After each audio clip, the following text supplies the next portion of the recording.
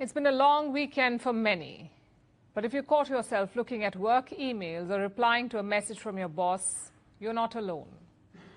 This is a reality for millions of people in India, and indeed the world over. 88% of Indian employees say that they are contacted after work hours.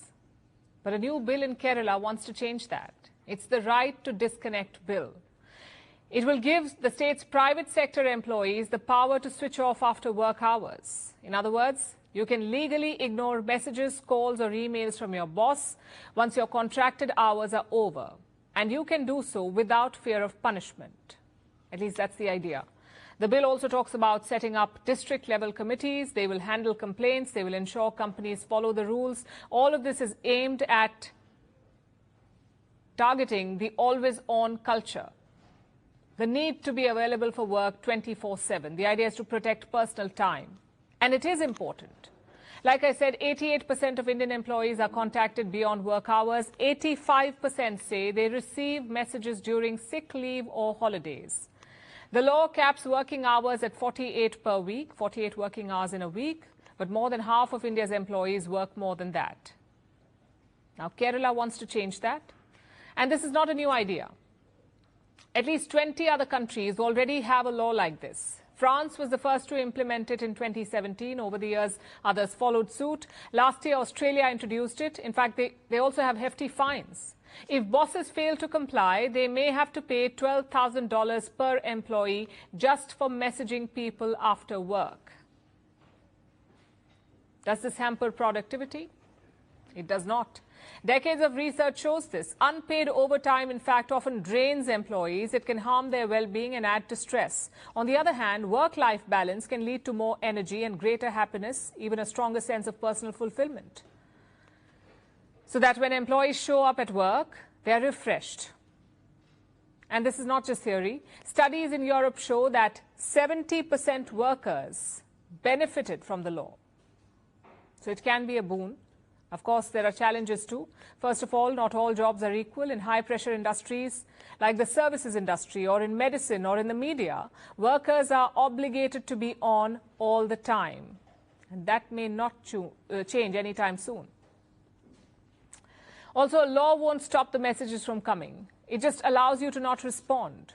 Your boss can still email at midnight, but hopefully you aren't required to open that email. And this law won't work uniformly. Yes, it gives people an option, but not everyone will take it. Sometimes out of guilt, sometimes out of fear, because overwork has become a cultural norm. Changing that requires more than just legislation. It requires a shift in awareness and mindset. People need to be willing to accept it. Because at the end of the day, work is a part of life. We all work for different reasons. And we all have different capacity and different thresholds. You may be working for joy, purpose, money, personal fulfillment. And there is nothing wrong with working on a weekend or checking your email right in the morning. If that's what you want to do, you should do it. But only as a choice, not an obligation. The problem arises when it becomes an obligation and it comes with a fear of penalty. So I guess the takeaway is simple. The right to disconnect is a step in the right direction. It helps restore balance and boundaries, but true change comes from internal shift, not just legislation. Until we value our own time, the right remains half-born. It's a robot. She's a goddamn robot. I had a little moment there where I was talking about Amazon planning to avoid hiring 600,000 U.S. workers by the year 2033. I was upset about it. I want to bring in Darren Kimura, who is the CEO and president of AI Squared. He first began his career as a founder, and he's president and CEO and building and exiting 2 technology companies. He's done a lot in his career. Darren, we want to thank you so much for your time and coming on with us today. Oh, Tia, it's my absolute pleasure. Thanks for having me. So I was talking to someone else about this. It got me a little fired up when I saw how many U.S. workers may not have employment because of these robots. When it comes to the manufacturing sector and warehousing and deskless roles, that's a hard one to say, should we be concerned as humans that these robots are going to take all of these jobs? Is this a concern that we should have? Yeah, I mean, it's definitely I would say yes, it's a concern, but I think there's a lot of details that go under some of the statistics and the headlines. So, for example, let's kind of start with the Amazon 600,000 jobs report.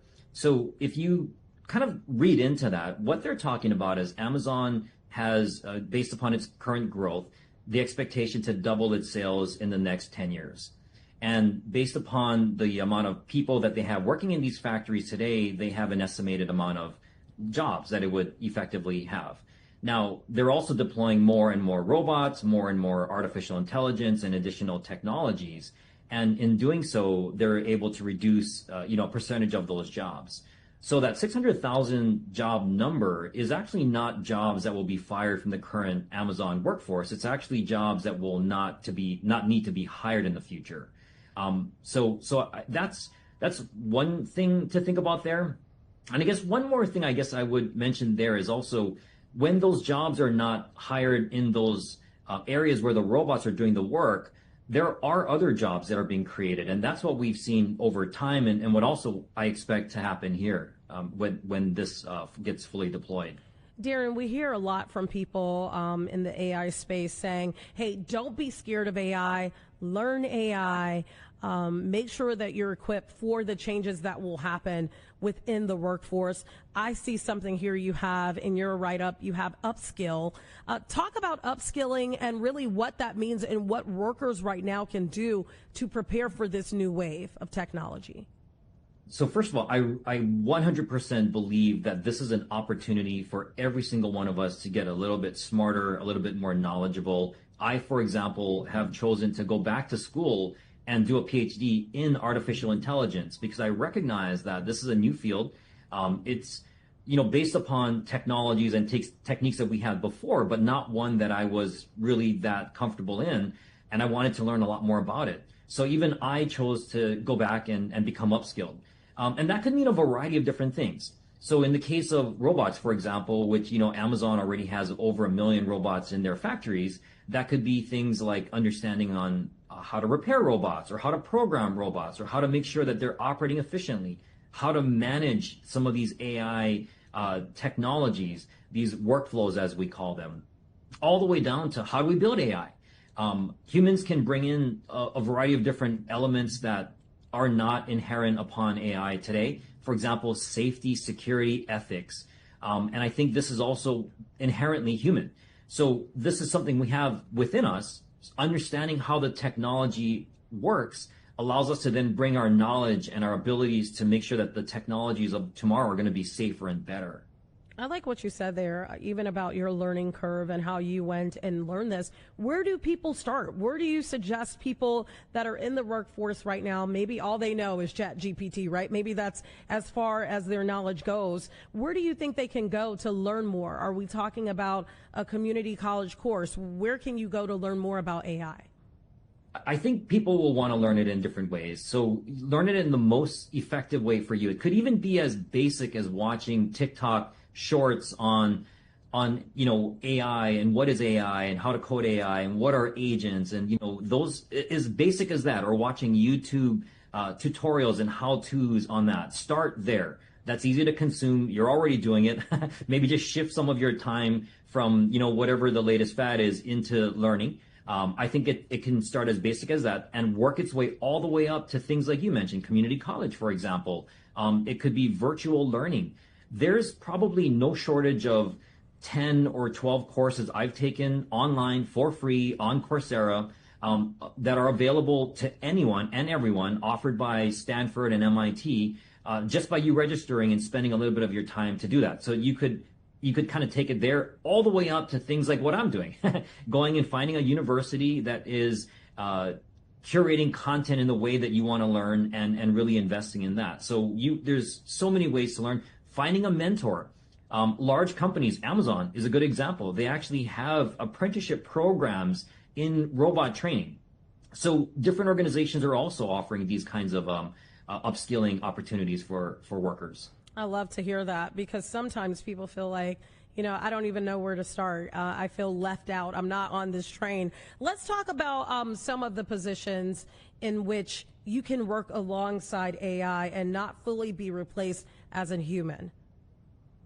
Yeah, absolutely. I think the positions that will definitely be replaced are going to be those kind of frontline roles where if you ever had to return something to Amazon, and you engage with a chatbot or maybe even pick up a call and go through a auto attendant phone interaction, like those roles, I think will definitely be replaced.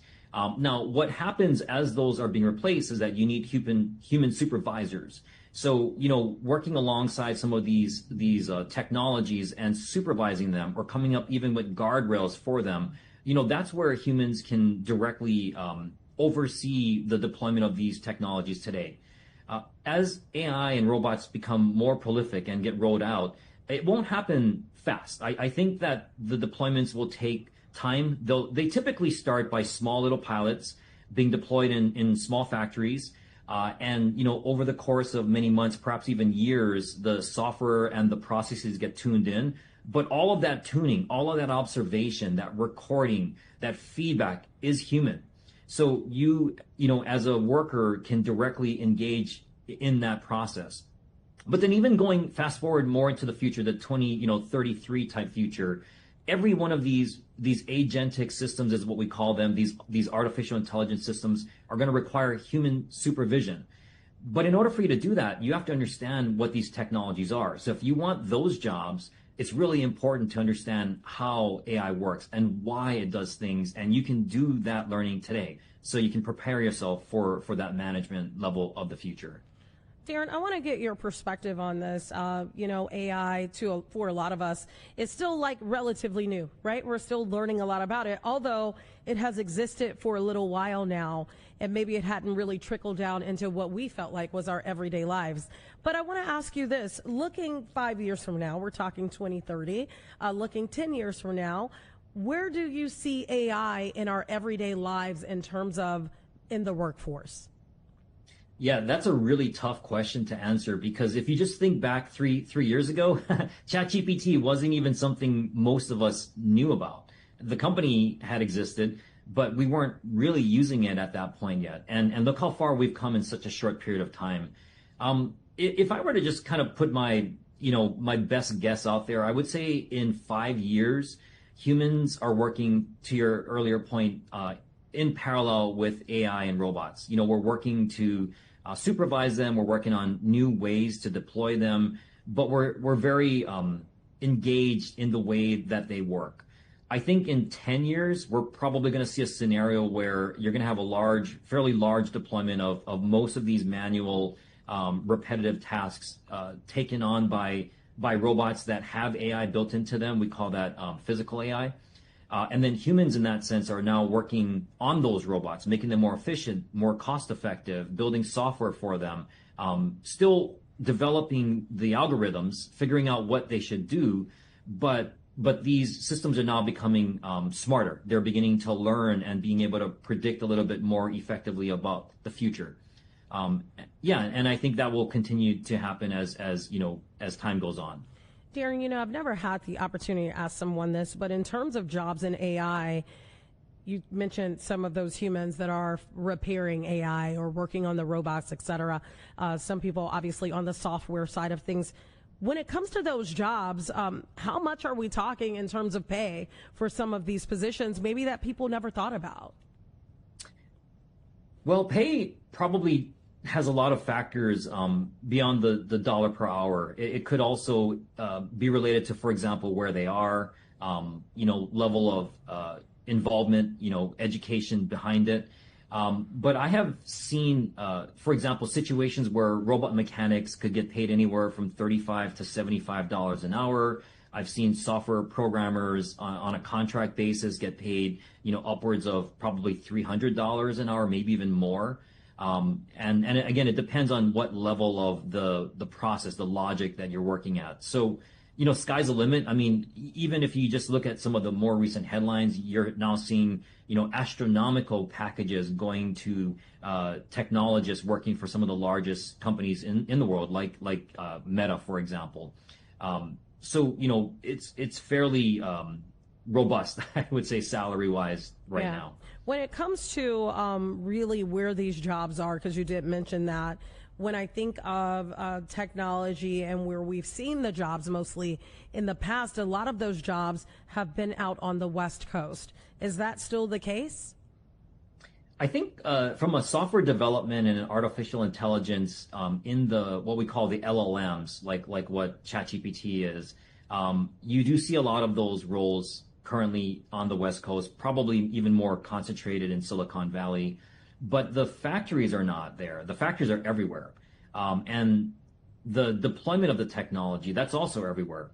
When it comes to robotics, I mean, robotics, frankly, is global. Japan is the leading manufacturer of robotics in the world. So this is a global phenomenon. And those developers, those people that are doing the coding, the people that are working on the sensors, they're everywhere too. They have to be where the factories are. So it's not in that sense just concentrated to the Silicon Valley area, but more of a global thing. Outdoors, we knew, was a real terror of life.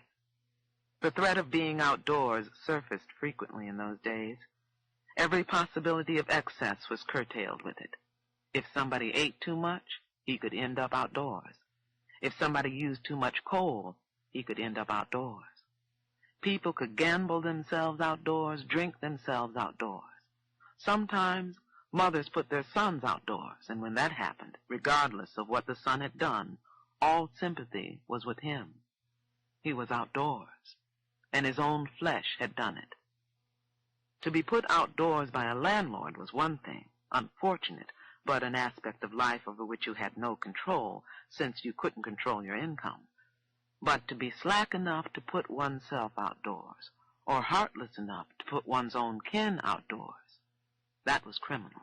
Housing and Urban Development is one of the latest agencies hit by layoffs during this government shutdown, and many of the targeted staffers work in fair housing. It's part of a larger shakeup that critics say is undermining HUD's ability to enforce fair housing laws. NPR's Jennifer Ludden joins us now to tell us more. Hi, Jennifer. Hi there. Okay, so let's start with the latest firings, and we should mention that a judge has paused the firings while a lawsuit plays out, right? But in the meantime, who exactly was targeted at HUD?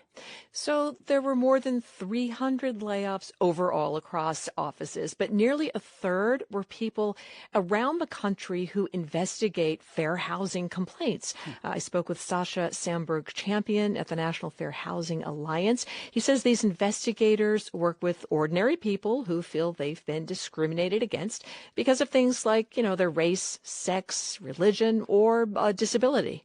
It might be you need a handlebar in your apartment, or you need your service animal, or you were denied a rental apartment because you have an arrest record from 30 years ago. No lawyer is going to take these little cases. So he said HUD really feels a gap here. In some cities, though, like Denver, Atlanta, and Fort Worth, the layoffs really gutted those offices. Now, in a statement to NPR, HUD said all these firings were to align the agency's programs with Trump administration priorities. Well, I know that you've reported on previous rounds of cuts that also impacted fair housing staff. So if these offices are now being gutted, how are those staff members going to be able to do their jobs? Right. Well, that's exactly what advocates like Sandberg-Champion wonder. All told, he says, between the layoffs and fork-in-the-road resignations, he says HUD's fair housing staff will be down by 2/3. And we've seen civil rights attorneys at HUD sound the alarm about that and also other changes. They say political staff are interfering in fair housing cases. They're changing settlement terms, rejecting compensation, even pulling out of some cases. That includes one this year where a large homeowners association in Texas had been charged with discriminating against black renters. Now, Paul Osadebe is a HUD civil rights attorney and union steward who spoke with me in his personal capacity. He says these moves violate the landmark Fair Housing Act, which means the agency is not doing its job, and that has consequences.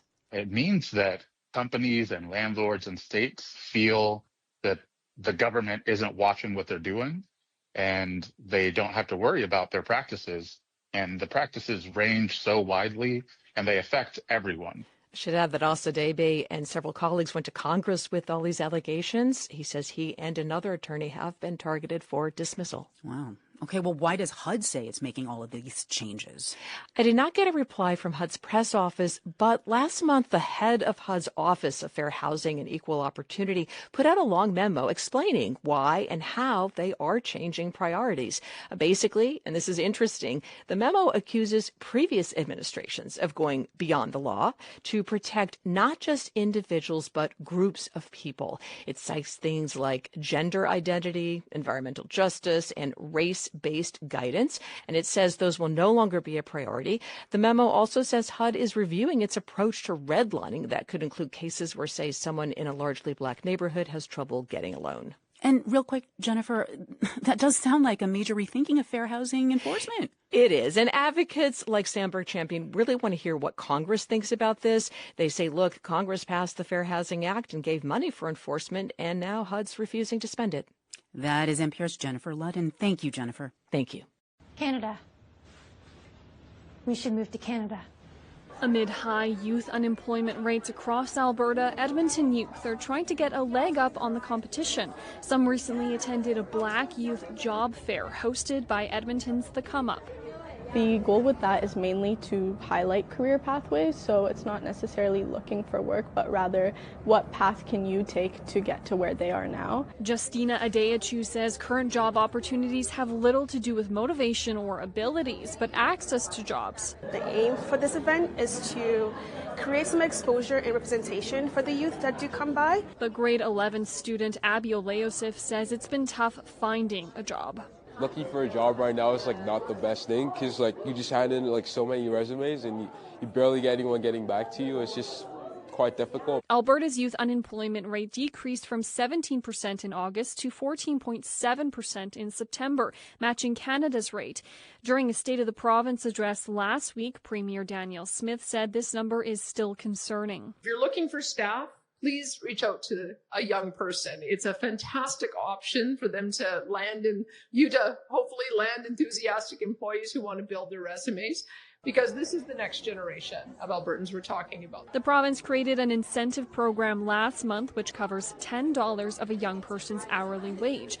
While it's not unusual to have fewer young people working, economics professor Trevor Toombs says it's not great. When that process is disrupted early in one's career, it can take quite a while to converge back to where you would have otherwise have been. He says the leading cause of low employment right now is high economic uncertainty. The broader solution to this is faster rates of economic growth. Toombs says there are signs pointing to the economy being better in the back half of 2025 than it was in the first half.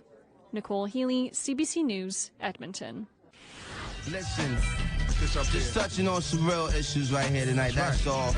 I want y'all to observe the excellence here. BX providing the Sonics, my man, Minnesota. I'm letting the beat ride out because it's a part that I like when it come up, you know what I'm saying? I take this time to say what's up to my family. You hear that? You know what I'm saying? For sure. Just observe the excellence of that. That's many. Hey, back. Fall back. With the guitars. It's hip-hop music. It's good enough to speak for itself. And you gotta do right by it. Minnesota. Ain't no black people in Minnesota. Well, there's a job fair in Minneapolis tomorrow designed to stop a troubling trend before it gets even worse. The country's unemployment rate has increased only slightly in 2025, but job losses have hit really hard amongst black women. They were at 5.4% unemployment in January, but then up to 7.5% by August. Those are the last numbers we have because of the government shutdown. Fox 9's Corin Hoggart has been following this one for us today in Minneapolis. So, Corin, economists tracking these numbers, and they say, we should all care about the discrepancies here. Yeah, it actually impacts just about all of us. They say that this is basically a canary in a coal mine whenever black women have an unemployment rate that's rising. It usually means that there is trouble coming down the line in the economy. And the numbers tell us they're having a hard time. 300,000 plus black women in the United States have lost their jobs. That was just from February to April. In Minnesota, it was more than 9,000 women in February through April, and things have only gotten worse since April. Now, they've lost jobs in a lot of ways. A lot of them were federal employees who lost their jobs. A lot of them were in human resources in the private sector and lost their jobs. But economists really focus on their job loss in the service economy and in small businesses, because when small business and service sector jobs go, there tends to be a ripple effect throughout the economy.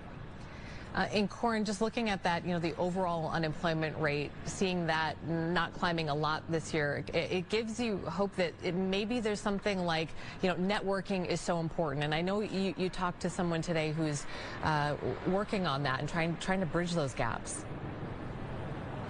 Absolutely, Amy. The folks who are putting on a job fair here at the Coliseum tomorrow are really hoping that networking, just kind of getting the connections, will help a lot of these folks find work. Shaletta Brundage is bringing out about 300 people who will be out here seeking jobs. At least 15 employers will be offering job ideas and actual job openings. But yeah, a lot of these women will be considering career changes or further education. And we did talk to one, Penny Houston, who, until recently, she had a really good job as a scientific consultant. My background and experience is quite a niche. It's specific, but I also have an MBA, and so I have a degree in healthcare law. So I'm always looking for opportunities to pivot. So I am hopeful that the vendors that are there in the next, tomorrow, I would be able to fit in somewhere. We hope so. She'll be one of about 300 women out there at the Coliseum looking for work. Did you talk to Shaletta at all about a job fair like this? I mean, she does a lot of this kind of work. Can something that size, even make a dent in these types of statistics that are just so grand?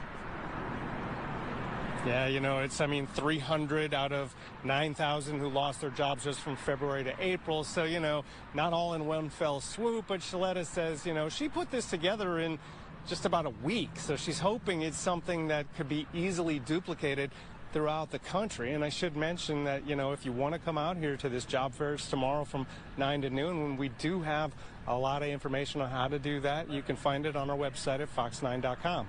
All right, one job at a time. All right, thanks, Corin. Appreciate it. The Delectable Negro, Human Consumption and Homoeroticism Within U.S. Slave Culture, by Vincent Woodard. Let's turn now to Nicole Killian, also on Capitol Hill. And Nicole, you have been trying to find some practical ways to explain what's happening with this shutdown as it relates not so much to services, but those who are employed in the federal government. Tell me what you learned. Yeah, that's right. Well, keep in mind that the Senate is voting yet again on a temporary government funding package, but we don't expect the outcome to be any different than it has been over the last 22 days, as we are now in the second longest shutdown in history. And this is having some real world consequences. We visited a food bank just this week that was stood up just for the purpose of helping some of these furloughed federal workers. Take a listen to what they told us. How are you dealing with that uncertainty? Just one day at a time. I'm trying not to stress out about it, but I just need to know when it's going to end so I can go back to work and get paid. I've always been kind of savvy enough to kind of take care of myself and try to be there. And I feel like, hey, if there's more deserving families or there are more people in need that needs these resources, then yes, go ahead to do it. But now it seems like I'm maybe falling into that same category as well. It's a heavy impact because not just the shutdown, it's people that's getting ripped as well too, that's losing their job. The reduction in force, that's kind of terrible. And I would point out that all of those workers that we spoke to are career federal employees who simply want to get back to work. They say it's really time to stop trading these political talking points and get down to business. That being said, as I mentioned, we know the Senate is voting again on a temporary funding bill tomorrow. We expect the Senate will take up another measure, potentially to try to pay some of the federal workers who have been working without pay during the shutdown. And is there any sense, Nicole, that that particular alternative that you just mentioned, paying some federal workers, in itself might be a logjam breaker, maybe not resolve all of this, but at least have bipartisan support for that? Or no, is that going to be subject to the same partisan tensions and divisions? I think the latter. I mean, look, at this point, this is a bill that was introduced by Senator Ron Johnson, but already we know that Democrats are crafting a countermeasure to this. They see this as just political posturing on the part of Republicans trying to make them take tough votes. But again, as I mentioned, there are real-world consequences to this. We've obviously seen the White House have to step in to pay troops, and there is a sentiment here on Capitol Hill that if they can do something to try to help some of these federal workers, they at least want to try to make an attempt. Nicole Killian on Capitol Hill, thank you very much. 65%. Very important number for the year 2025. 65%. That's the number that we were told federal employees who live what they call paycheck to paycheck. Meaning I don't have a big trust fund.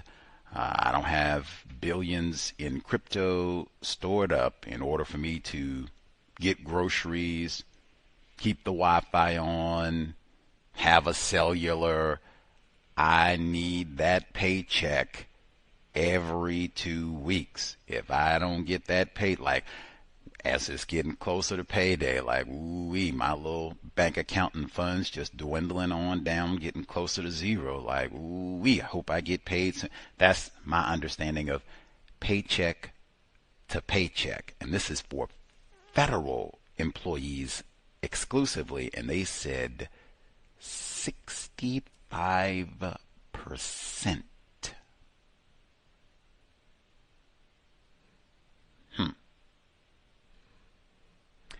Context of White Supremacy. Worthless Negro from Virginia, Gus T. Renegade, in for another broadcast, hopefully to share constructive information with non-white people, victims of white supremacy. Individuals classified as white do not need the cows. Today's date, Thursday, October 23, 2025. So I have been told. I will say quickly, just because I reckon math is important. Does it mean anything? They say the Negro, what did they say? The Negro is 3/5 of a person. And that's about 60%. And they say 65% of the federal employees are paycheck to paycheck. Does that? Yeah. Being foolish. I'm sorry. Okay. Neutralizing Workplace Racism. Not for spectators. Certainly if we have federal employees furloughed, laid off, impacted, nervous, as we heard from many of the folks, 65%ers. Feel free to let us know the impact, what the scuttlebutt is around the office and plans to proceed, all of that. Let us know if you maybe are not a federal employee yourself, but if all of this, the so-called shutdown, has impacted you, folks around you, let us know. And certainly, as always, you should have us on speed dial. So maybe if you're not a federal employee, but you are gainfully employed and you don't have all these old kooky issues on your job.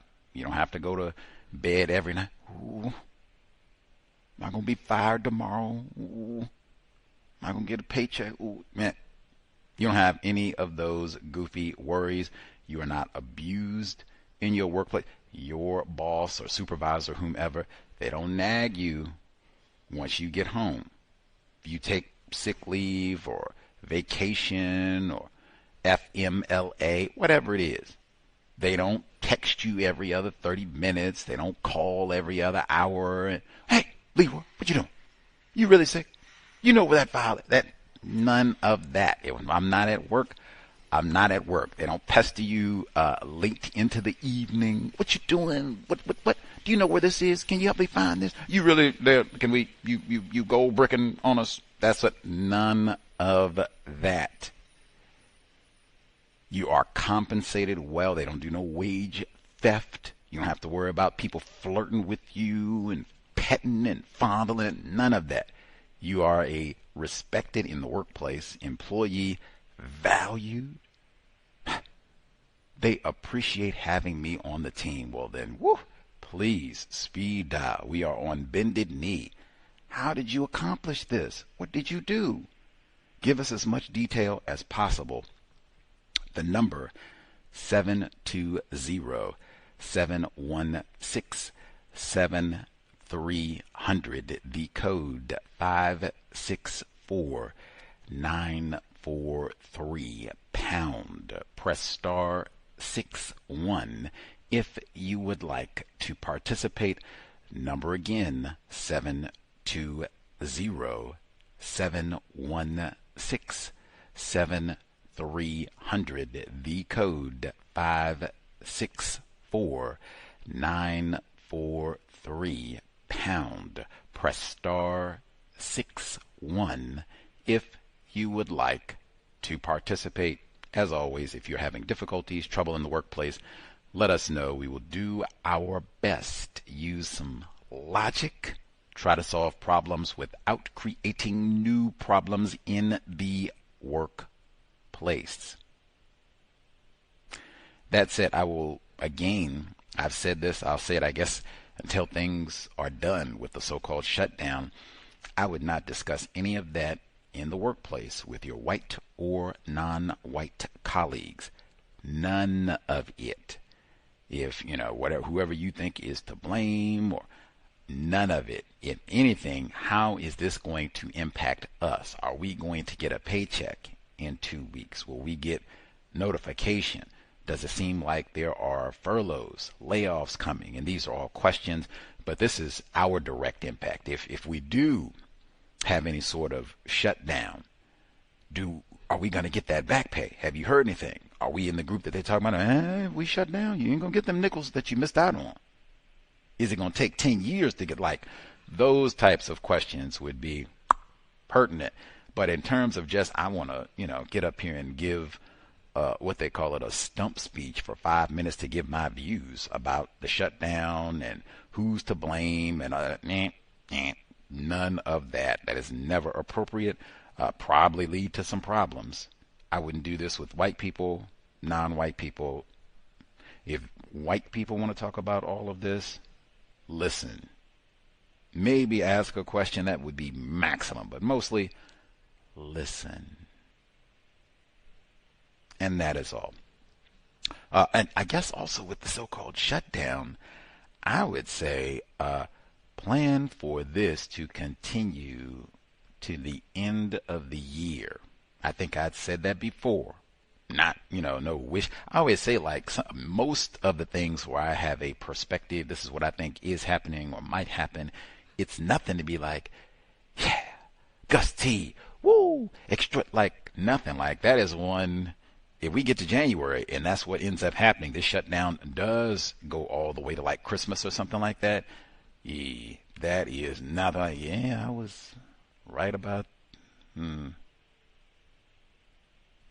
most things with regards to the system of white supremacy. That is the context. Nothing to brag on. But that would be my view. And this is another one. Fuller used to say it succinctly. This is what they want. They is the racist white supremacists. White people, this is what they want. Unemployed black people, unemployed non-white people stress everybody out so much. Man, I'll go get a job for ICE. Seem like they not laying off at ICE. Seem like they not furloughing at ICE. You ain't got to worry about back pay at ICE. And they got that old $50,000 signing bonus and everything. I be feeling like Bron James. Get my ICE badge and go out there and nigger knock Gomez and Pedro and get on. Get back out of here. That might be about the only stable federal employment. This is what they want, with some white sacrifice in there. That said, I would keep that in mind in terms of being frugal, which is really why I say this all the time.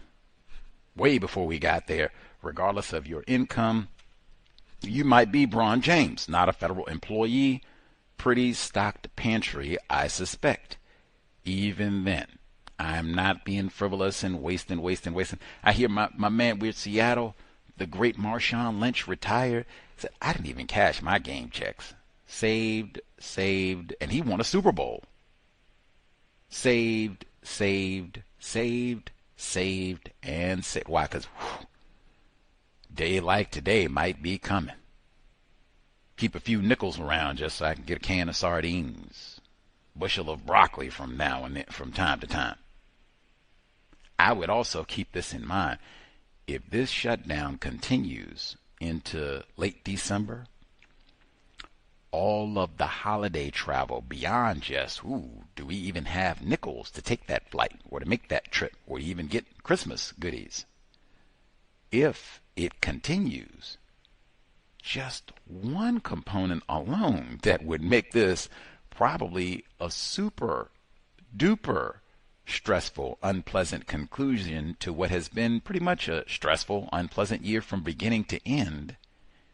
Those flights and things get wacky because they've been talking about how many of the air traffic controllers, federal employees,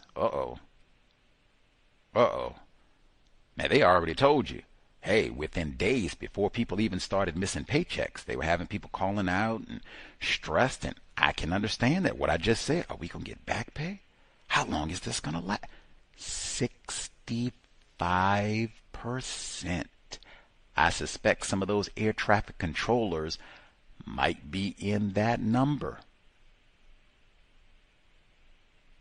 But they were already reporting folks calling out, and some of the stations didn't have any workers. Everybody called out sick. If this continues for another month, 2 months, you thought Thanksgiving travel was bad before. You thought so-called Christmas was bad before. I would even think like it might be worth talking all that right now. If you normally do that, people either come and travel great distance to come see you. And, it's White Jesus' birthday, blah, blah, blah. You might want to talk about all that right now. Like, man, or at minimum, if you still got to do it. I know White Jesus is important. If you got to do it, that might need to be rearranged like right now. We might not be able to fly this year because this shutdown might be still rolling, and and now, how many folks, if this thing continues to December, now I don't know if we have folks who do that job, but do you think you would be motivated to come in, let's say December 23rd, 24th? You ain't been paid in 2 months. Holiday pay normally gets some folks excited, like, whoo, I'm never plucky about coming into work. You get that holiday pay. Oof. You ain't even getting your regular pay, much less your White Jesus overtime pay. And now they done said the whole time, maybe you get your back pay, maybe you don't. Maybe you get that holiday, that nice juicy holiday check if you come in and work on December 25. Maybe you don't.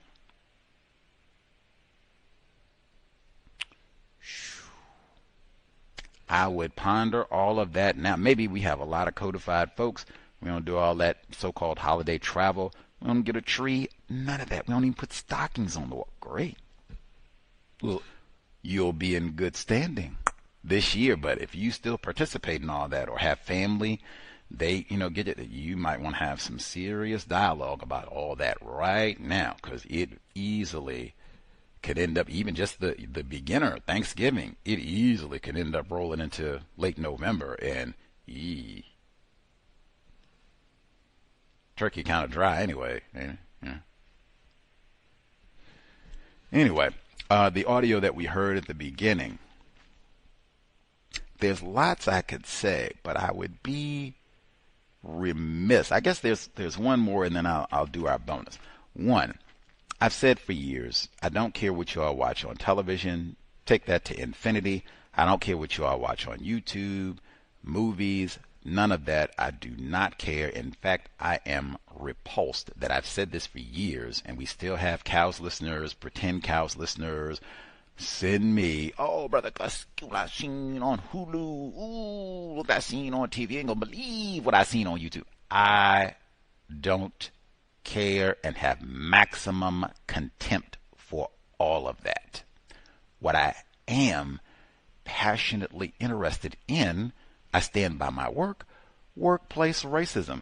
We have people who do not share a teaspoon of anything about their workplace experience, but they will badger me to death about what they watched on television. I could vomit. And that's what I mean about we are not serious. Now, if you tell me, Gus, I just don't want to talk to you about the workplace experience, fine. Do you talk to other people about the workplace experience? Are there other programs? Because I've asked that for years. Nobody ever tells me anything. Now, if I am that repulsive to where I'm not willing to tell you about my workplace experience, and I'm not willing to share information with you about other people who do workplace racism better than you. Wow. Like, is it that bad? At minimum, you should tell me that so I can stop asking. If it's not that, tell me if it is. But if it's not that, WTF. It should not be that we got to talk about, ooh, Jordan Peele got a new movie. I don't give an F. Workplace racism. I strongly submit that is way more important. I find it embarrassing. We got people been listening for years, have never shared one incident. You don't even have to talk about your personal experience. You haven't observed any racism in your work environment. I talk about policy and procedure all the time. You haven't seen any violations of policy and procedure? If you're in that great number hallowed group, you don't get mistreated. Jesus, can you write us a paragraph? 2-sentence? What contributed to you avoiding all of the abuse that's so rampant? How did you stay out of that 65% group? We can't get 2 sentences. You can tell us and text and write about what you watched on TV and movies and YouTube and Netflix and Hulu, but we can't get nothing on the workplace. Oh, we are repulsive. We victims of white supremacy and not serious about solving this problem at all. Anyway, one thing that I spoke about before, because I am so passionate about discussing racism in the workplace, and I find so few people, black people, who are interested in talking about this subject matter at all, certainly not with Gus T. Woo! Any hoodles, I raised before. I said, oh my goodness, our anti-blackness is so bad. We being people classified as black, we have such contempt for other people classified as black. It's so bad with regards to labor and Carter G. Woodson wrote about this over a century ago. Not like Gus T is saying anything new or breaking ground here. Scholars pointed this out a long time ago. We in the workplace are uniquely hostile to one another. We talked about the case this summer in July. Jennifer Harris, black female, mother of six, black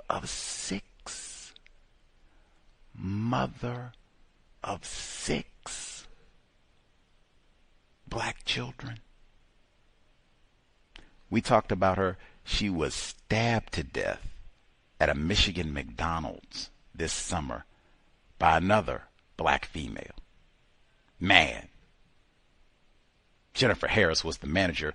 She sent the young lady home early. Apparently they had some sort of dispute about whether or not she did her workplace assigned duties, and Miss Harris sent her home. The young lady made a social media video talking about how mad she was, and she was being bullied on the job, went back, stabbed Miss Harris to death in the workplace. case is still going through court and all that, but we just talked about this, and I raised this case, workplace racism, violence in the workplace. So important to talk about that. So many reasons to talk about what happens in the workplace.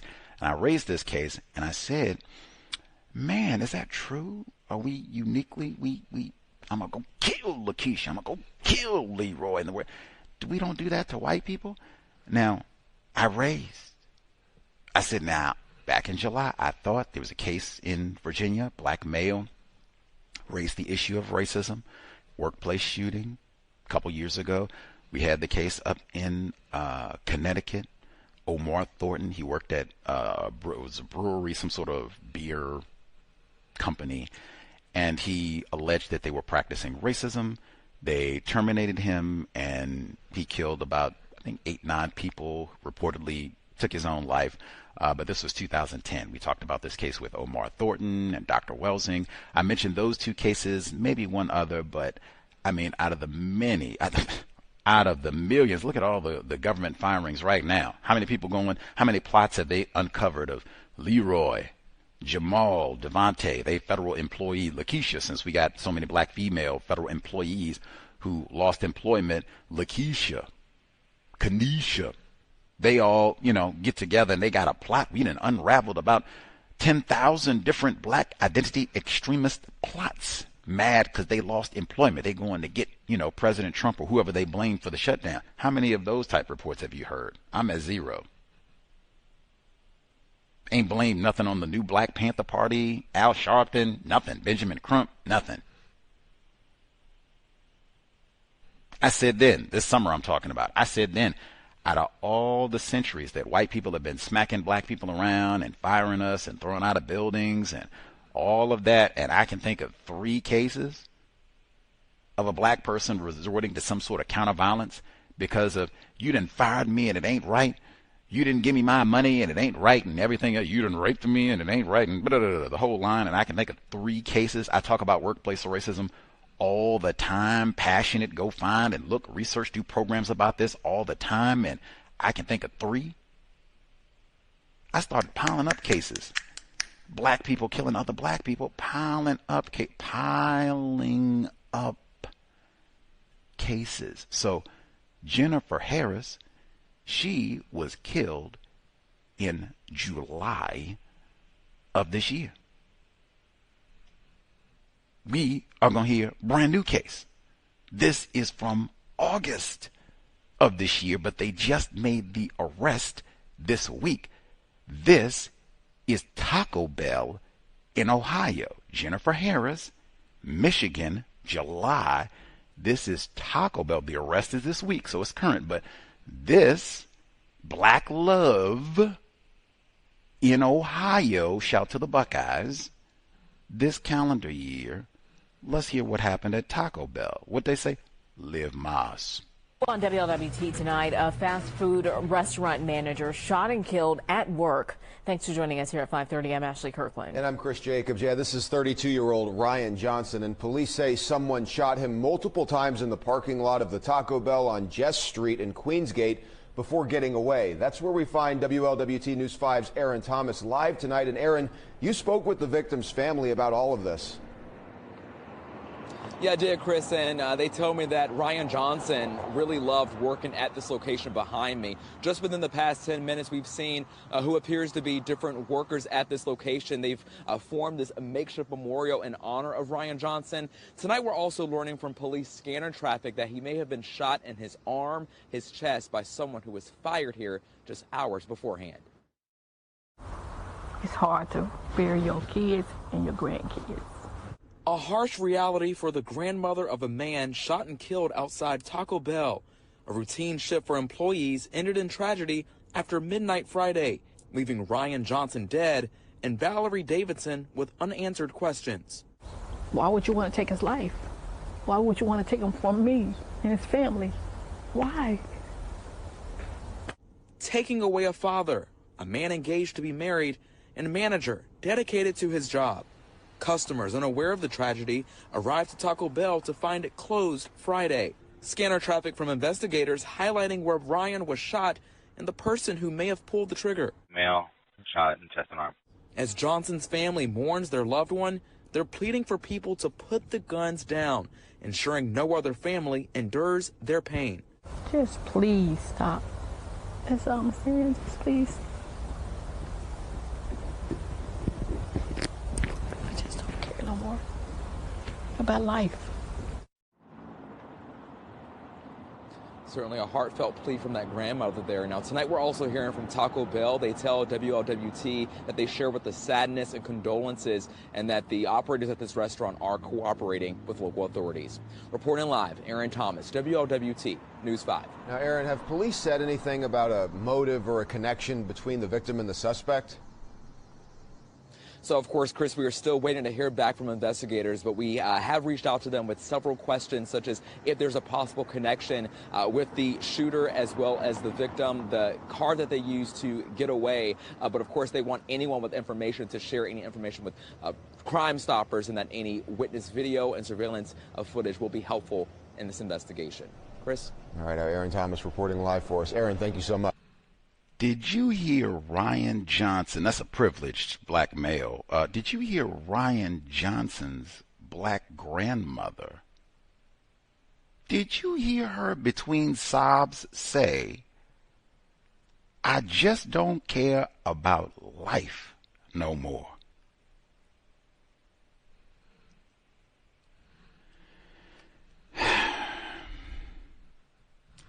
Minimize conflict with other black people.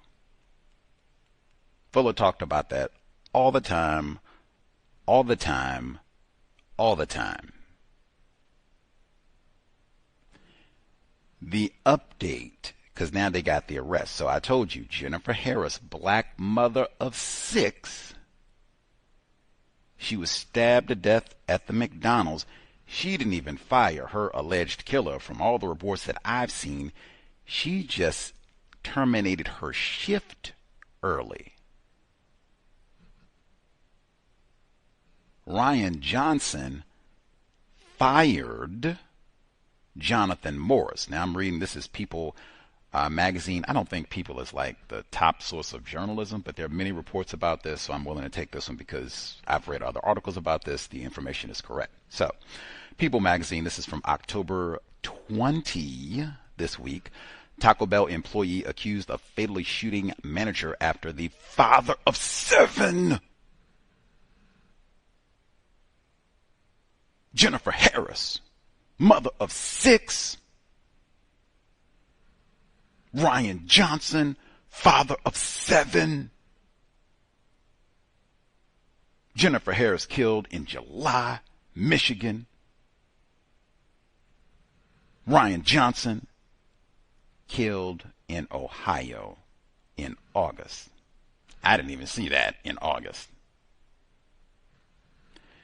The report reads, by the lovely Gabrielle Roxon, black journalist.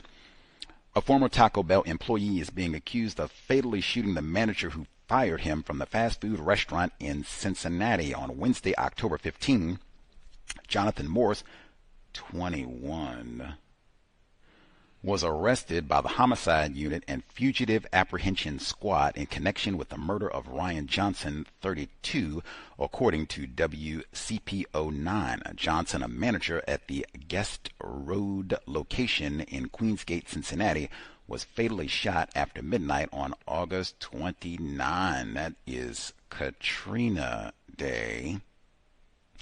Officials from Cincinnati Police Department said Johnson was found with multiple gunshot wounds in the parking lot and pronounced dead at the scene. He was a father of 7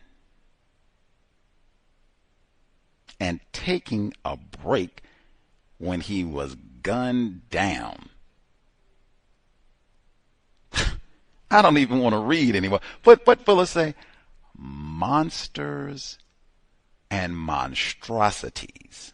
There ain't no better term for you. You gunned down a black male father of 7 who's making $1 billion working at the Taco Bell, and he's on a break, and you gun him down. Monsters and monstrosities.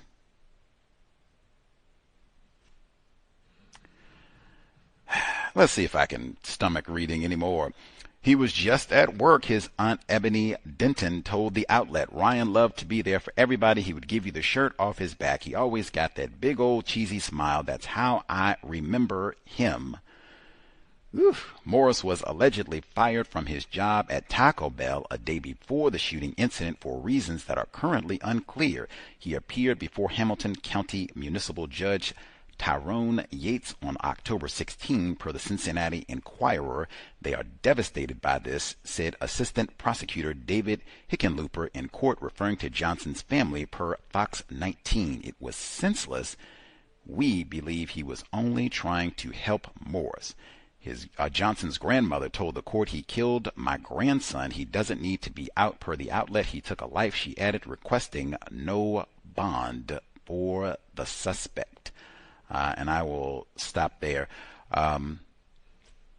If folks know of cases, not that I'm saying that this sort of thing should happen, but I mean, hey, the people who are in charge on this planet, and generally the people who are going to be in position to do some firing, hiring, all of that, invariably are white.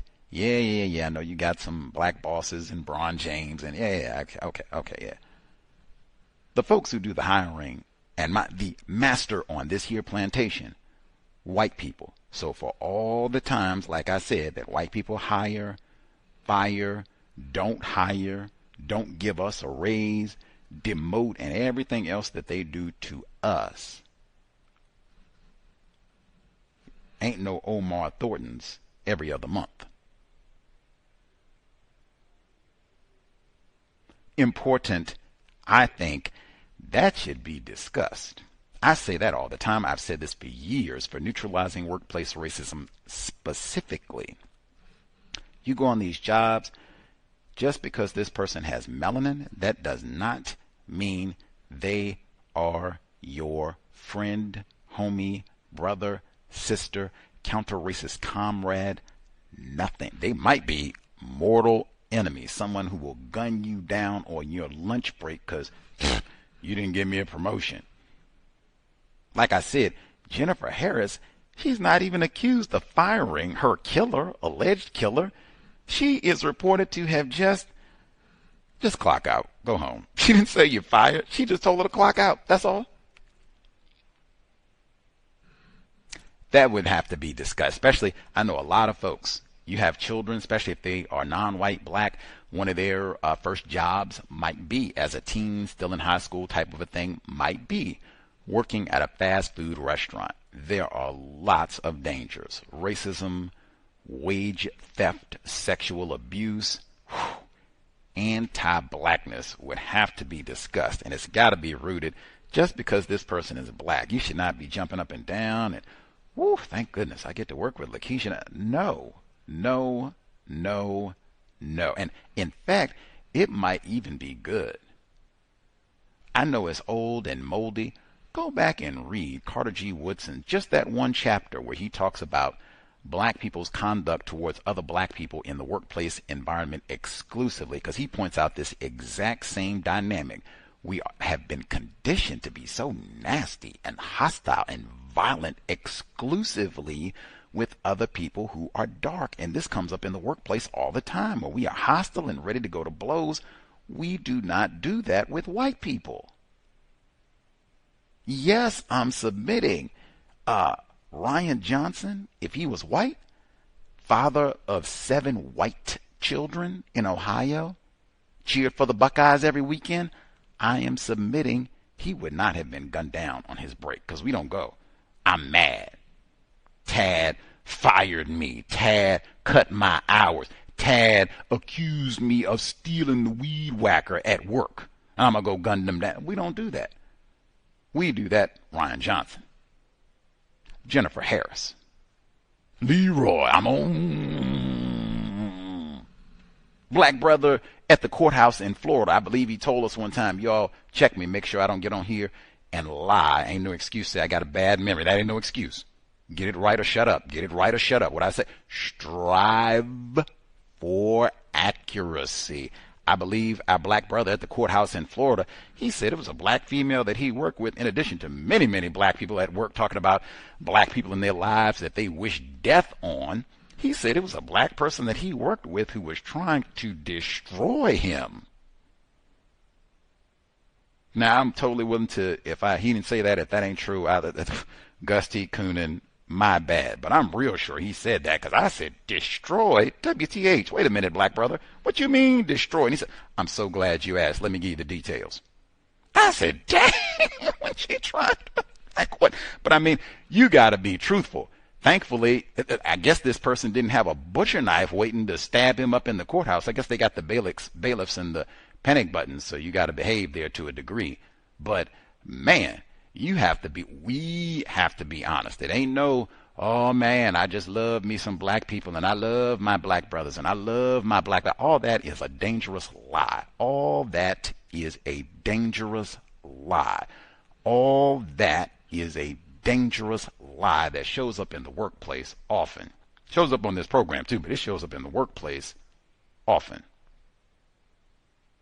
I've said before, you get someone classified as black, non-white, and they are helpful, courteous to you in the workplace, pleasantly surprised. But I was not expecting that at all. I was thinking, ooh, she might have a butcher knife in her pocket just for me. He got a Glock tucked in his waistband. Bullets already got my initials carved on them, waiting for me to slip up and say the wrong thing. That even goes back to what I said. Nah, man. No, you're not talking about no politics and what you think about the tariff and the word. No, because you can't assume just because this person has a lot of melanin, we will have similar political views. Maybe we do, maybe we don't. And maybe that's what instigates the conflict. And now, I got a butcher knife in my chest. Dang, I thought you liked Obama. You don't like? Oh no. Oh, like, no, and no. Be truthful. Talk to your. Some of these folks were young. Now you got parents too, but I mean, even some of the suspected killers, they were both in their 20s. Mr. Morris, they say he's 21. Talk to your offspring, and I mean, hey, even folks, maybe Mr. Morris, the accused killer of Ryan Johnson, Mr. Morris, 21. They say, hey, maybe he was stressed. He allegedly got a child too, so maybe he was under a lot of stress. We had COVID and the shutdown and the furlough and all the rest of it. He's privileged black male too, Maybe he's under a lot of stress. The Bengals not doing too well, so it's tough times in Cincinnati, right? Okay. Well, it's going to be even tougher now with a murder charge, right? And you thought your finances were bad before when you got fired. I'm going to tell you, getting a lawyer for a murder trial, that's going to take all the lint out your pockets. I know that because I was just in Milwaukee for the Sade C. Robinson murder trial, and it's expensive. Anthony Cotton, he was a defense attorney. He made a lot of money. So it doesn't work out anyway. And like I said, none of that would even need to be said if Ryan Johnson was classified as a white man. I humbly submit. Actually, no, I'd put some bass in my voice and I'd grab Carter G. Woodson's book that's old and dusty and moldy and say, if Ryan Johnson was a white man, he'd still be alive. I'm loudly, chest poked out, bass in my voice, pitiful, broke, ignorant black Negro as much as I can muster. Yup, Mr. Morris would not have been so tough, would not have been so gangster if a white woman, a white man, how you want it? If Mr. Morris had been fired from slanging tacos by a transgender, disabled, elderly lesbian, missing 3 fingers, he would not have come back and shot up, Pat. Pick one of them androgynous names. Jamie. Because they're white. Because they're white. You can make it exactly the same, mix it up however you want to, but if Ryan Johnson had been classified as white, he'd still be with us. It's ain't that Jennifer Harris. That's what I said this summer. That's exactly, I just repeat myself. If Jennifer Harris were classified as white, her 6 children would be, well, I don't know if they'd be delighted, because sometimes you get upset with your parents, but I tell you what, they would not be missing a mother.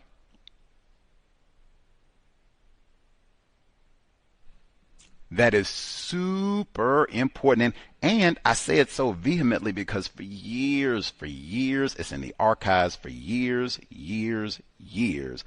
we have neutralizing workplace racism. How do we stop how all things white people do to us on the job? The conversations would be dominant. I'm gonna kill Leroy. Oh, Lakeisha done got on my nerve. Oh. And I said, what? All this, and it would be the same thing, all that hostility and animosity, like I'm so angry, like they taking food out of my mouth, or it's, wait a minute, are white people in charge? Like, what, does everybody, you don't work with no white people, all you work with is black people who are nasty and rude to you every day? I don't believe that can be true for everybody. Well, wait a minute, maybe if we were in a predominantly black country, but these are people that are here in the States. Where do you live? How can this be? It ain't, man. It ain't. It is that's how we have been conditioned. I'm going to get mad. I mean, mad. We going to have Mortal Kombat and fight to the death. I'm not talking about the white man. I'm not talking about the white woman, white transgender. No. I'm talking about Leroy exclusively. I'm talking about Lakeisha exclusively. Give me somebody dark. Ooh, you done fired. Ooh, you ain't even got to fire me. Cut my hours if you want to. I'll stab you and look like my cousin. I don't like him either. That's us. If I'm wrong, and on any of it, got to be 100% accurate on everything. You can come out and talk greasy like that. Hey. Say greasy because I was talking about the fast food, McDonald's and the taco. You can come out and talk greasy like that. Hey, you better be 1,000% accurate on everything. Jennifer Harris, 6 children, Michigan. Ryan Johnson, 7, Cincinnati, Ohio. And caller at the courthouse in Florida. Did you say it was a victim, non-white, trying to destroy you? Not non-white, classified as black. Trying to destroy you. That's black and I'm proud moment, right? Negro culture. Number is 720-716-7300. The code 564-943 pound. Press star 61 if you would like to participate. In fact, let's get it today. Do we have non-white people classified as black where you're one of those? Oh yeah, Gus T, that I've been one of them. Yes, indeed. Like I ain't got no stories about white people, but Leroy, me and him almost got into it. That coon had the audacity to start talking about some Obama, and you think I'm gonna restrain my? I went upside his head in the lunchroom. If we got non-white people, and this has been, I'm not saying you stabbed nobody or had a parking lot shooting, but conflict with other people classified as black in the workplace. Oh yeah, because we loved for years. We love talking about this. Has this been you? And even specifically, especially if you've had some distance enough to really reflect on it, is this a situation where if the person you had the conflict with, if they had been classified as white, this wouldn't have happened? Let's see. 720-716-7300. The code 564-943 pound. Press star 61 if you would like to participate. Jennifer Harris, Ryan Johnson. That's 13 black children combined. And hey, I don't even know. So do they have other relatives? Is this a we were once a family and now they with the lesbian white women being starved?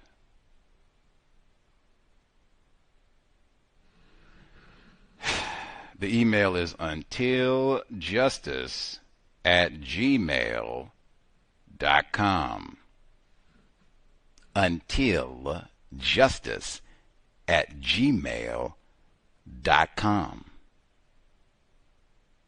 Tell the truth. Has that been you? You, Leroy, workplace boy, we got into it, man. I'm going to tell you, let us know. Bay Area mom, have you got into it with a black person in the workplace? Yeah, but I don't get into it. I got somebody today at work giving me the gas face for the past couple of days. She a little black girl. She went to one of those Negro colleges. So yes, I do have somebody giving me the gas face at work, but because I'm professional and I do workplace racism, I will not respond. So to answer your question, yes. Prior to this, no, you could always have people that test you and stuff, but I don't conduct myself like that at work. So you have people that push your buttons, but I don't allow them, anybody of any race, to have me out of control or out of my realm. So workplace racism. To elaborate more on this lady, this young lady, nice little young lady that was giving me the gas face in the summer because she started working for the after school program, and we have year round after, they're only offered 2 weeks during after, maybe 2 weeks. I think we get maybe 2 weeks to a month, but other than that, it's all year long after school program and day program. So we'll have Anyway, the reason why this lady's looking at me crazy is because she thumped a student on Monday. I don't know. She thumped one of my students on Monday and pulled her by the shirt. I didn't know anything about it until Tuesday. Now, mind you, the father of this little girl sent me a message on Facebook on Monday, but I don't check all that stuff. Now, I know the father because I've been knowing him since before he had the 2 children. So I know the father. He's my son's little tailor. So when he was a kid, he used to make his little bow ties and stuff. He'd make his little pocket collars. So cute. So I always patronize my people if they're doing something. So he's one of them. I love this man. He's excellent tailor. I love him. Anyway, just know him being there. Yay! Bow-tie king. So I love this gentleman. Second grade little girl I guess the lady came in there. Well, I know she came in there on Monday she came in there on Monday to get a homework packet. This little third grade girl that I had her last year in second grade, she came upstairs first to get a packet and never got the packet. Then came back up with the lady to get a homework packet. My student came up to her and said, "Hey, your student called me a loser," put her finger up to her head and called me a loser. I didn't pay attention to the conversation because it's homework time, and I have 20 kids that want me to help them with their homework. It's just this chaos. So she left. I didn't think anything of it. Tuesday, someone come upstairs. The head of the after-school program came upstairs and said she wants to talk to me later at recess, which would be like 4:30 or something. So I got down there about 4:45 because that's about the time we made it out there. So she pulled me in the office to ask me about it, and I didn't remember. And then I told her what I told you.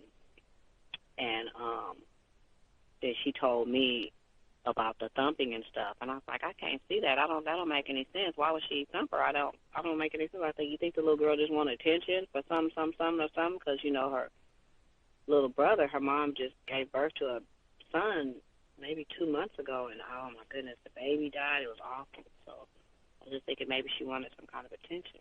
So I'm just trying to make it make sense because I didn't understand. I didn't understand until this morning when I read the paperwork. So I got looped into, maybe she mad too that I'm looped into the thing. But I didn't ask to be looped in. I had to add a report, add what I knew about it. And I just added what I said. I didn't see anything except for, gave her the homework and she was talking to the kids and left.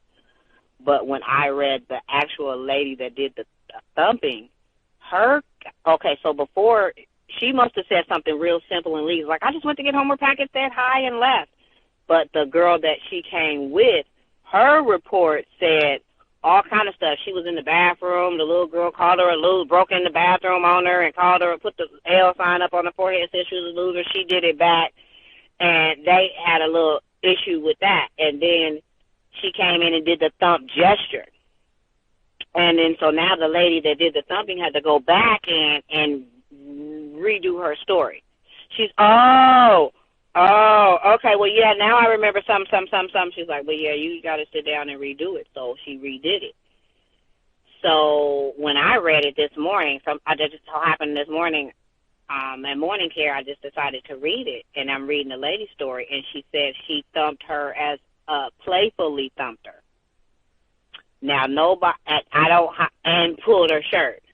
So the dad called the police, because I know the father. So the father called me. He called me on Tuesday or Wednesday, and told me he didn't call the police. Yeah, he came up there yesterday. So he came up there yesterday for round 2 of the police. I must have talked to him yesterday. He came up there yesterday because he wanted a police report. He wants the lady fired. Is already having other issues in the school because the kids are so, oh my goodness, the whatever's going on with all this sexual stuff, these kids they touch you everywhere. They're just it's awful. These kids are just, so the same little girl, somebody touched her. The vice principal told her, if this ain't got nothing to do with work, you can sit down, because she was trying to tell her what happened. So the teacher said something to her. I don't want to hear that. And these are the black teachers. So the other white, so we have 3 vice principals and 1 black principal. And this is new, this 3 vice principal stuff. So this one white lady that was going to quit, they let her be a principal. They made up a principal role for her. She's vice principal, I think, of special education, and a salary. This other lady, now they need 2 vice principals for the regular school. So this other lady that was a kindergarten teacher, she decided to be a vice principal, and this white lady. So her and this white lady is vice principal. So it's two black ladies, one's vice P, one's P, the principal, and the other 2 white ladies are vice principals. This school is a mess. It's all kind of, we got problems, lawsuits left and right just this year since the nice black man didn't come back. So on top of that, with his other daughter that's in 4th grade, she got her tooth chipped, and this white lady made the girl sign something that said she was okay and she didn't need nothing. But I always questioned her tooth being chipped. I always thought somebody pushed her versus her falling. I always thought because the girls are so aggressive. Oh, my God, and they emulate whatever this baddie stuff is. That all the girls want to be baddies. And I don't know what the boys want to be yet because they confused. So they have options to be boys or girls at our school. So it's just wild. So now with this lady, I don't know what it is, but yesterday I waved by to her leaving, around this time in the evening. I waved by. She looked at me like, oh, not better. So I see her today. She looked at me and just turned her little face up. I'm not the one thumping children, young lady. You are. So I don't know why you're mad at me. Round 2 at this school. The boy that's 160 pounds, I think he gained about another 10 pounds. He's 170. So his mother would not let up. She said she does not want him out of school that can deal with him. She wants to force us to deal with him. It's so hard. All he does, and we were started to do a thing to keep us safe from him fighting us, just to change his wet, soaking through his clothes self. we would call one of his parents to come do it. So his dad would get mad. I ain't coming up here every day. He calling me every day. What is y'all doing? What is he doing? He's not talking to me, of course. But he's talking to the rest of the staff or the mom, whatever, because I don't get any of this conversation because I don't want to hear it, and I'm not available for it. So we keep having all these meetings and keep having all these meetings, and it is as if they're forcing us to deal with this child that we don't have the amenities. We can't. We're just a charter school, a regular charter school. We don't have them. He came from a Montessori school. We can't deal with him. He's not potty trained. We can't deal with. He fights. He attacks everybody all day. He's attacking the gentleman. We have it now to where I meet him in the bathroom.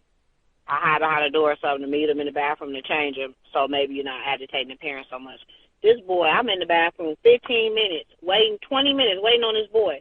Because I caught him upstairs. He looked at me and walked right on by. So then I went to the bathroom downstairs to catch him. It took 20 minutes for him to come down in the bathroom.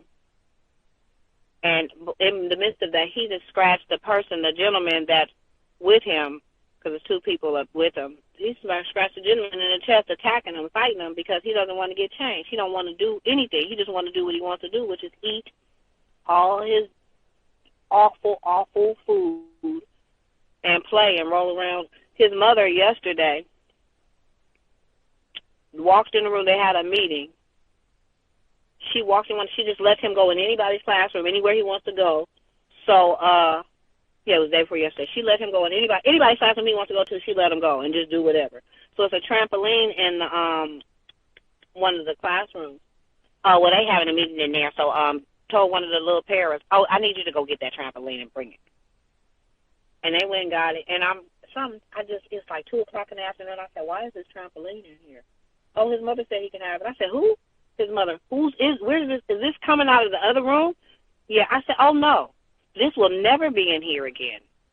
You can't go in anyone else's room and take stuff out of their room and that particular trampoline.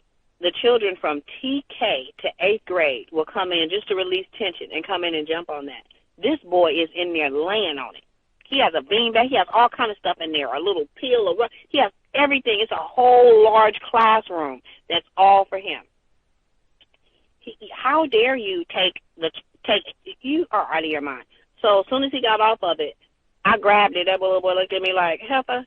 And I grabbed that trampoline and put it back in the where it belonged, and I said, it can never come back in here. She cannot come in here, come in classrooms regulating something. She can't do that, because when she leaves, that's his energy. He wants to do the same thing, and then when it doesn't work out, he wants to fight everybody and bite and carry, and it takes a long time to calm him down.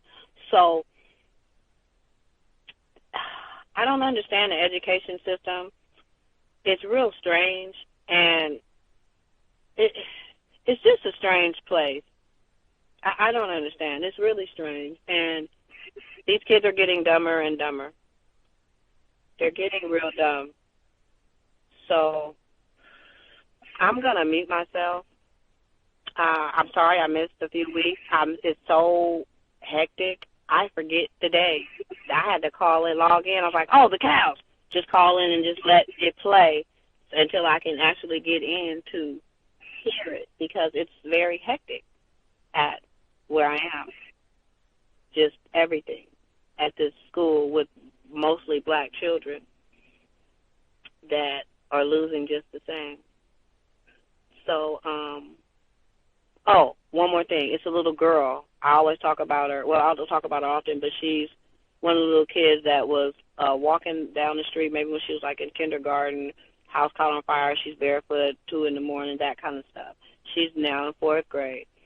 The same white lady, this white lady, she got suspended for pulling the lady's hair out because they stay in her face. These white people stay in these black kids' face. You know they have issues and you stay in their face. There was no reason for her to be involved in whatever this little girl had going on, but she wanted to be in it.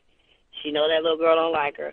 So that little girl then kicked her all in her stomach, chest, and everything, and then grabbed her by that canine hair and just ripped it on out of her scalp, and then looked at her and then threw it on the ground. So She came back to school today. This is her first day back. I always speak to her dad because I appreciate her dad. Because he's only doing what he can do with what he has. And he did get her out of the foster home. I don't know if he needs to do this and this and this. He's doing what he can do. He's doing what he can do. Back up. So she got into it. She done cussed the lady out. F-U-B. I don't give a shut the fuck up. And all this stuff, and end up spitting on this other black girl. And she's an adult lady, but this other black lady, she ended up spitting on her. She said it was an accident, but it wasn't an accident. But these people, they don't know how to deal with our traumatized children. They don't know how to deal with them. So this is how they're treated, and then you're just waiting on them to expire as far as in the school setting, because after 4th grade, that's it. You go to middle school and bye-bye. But you did nothing to help them, and this girl's been there since kindergarten. So I just wanted to share that, and thank you for taking my call. Much obliged, Bay Area mom. I did have a quick question. What is the thump gesture? Is that, I guess that might be a visual one, but is that one where you could maybe do your best to maybe describe what that is? So you know how grandma, when you in church and you talking or doing something and she thunk you, flip you with her finger?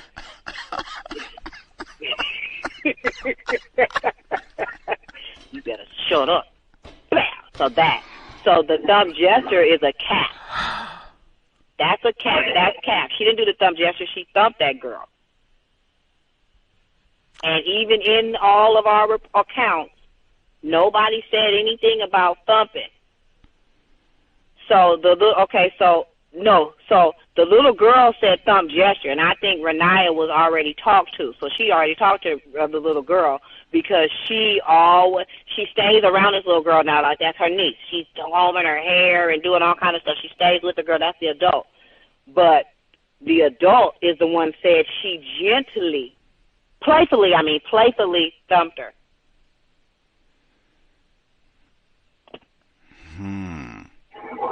Thank you for the clarification there. Yeah, okay. I was like, thump, what is?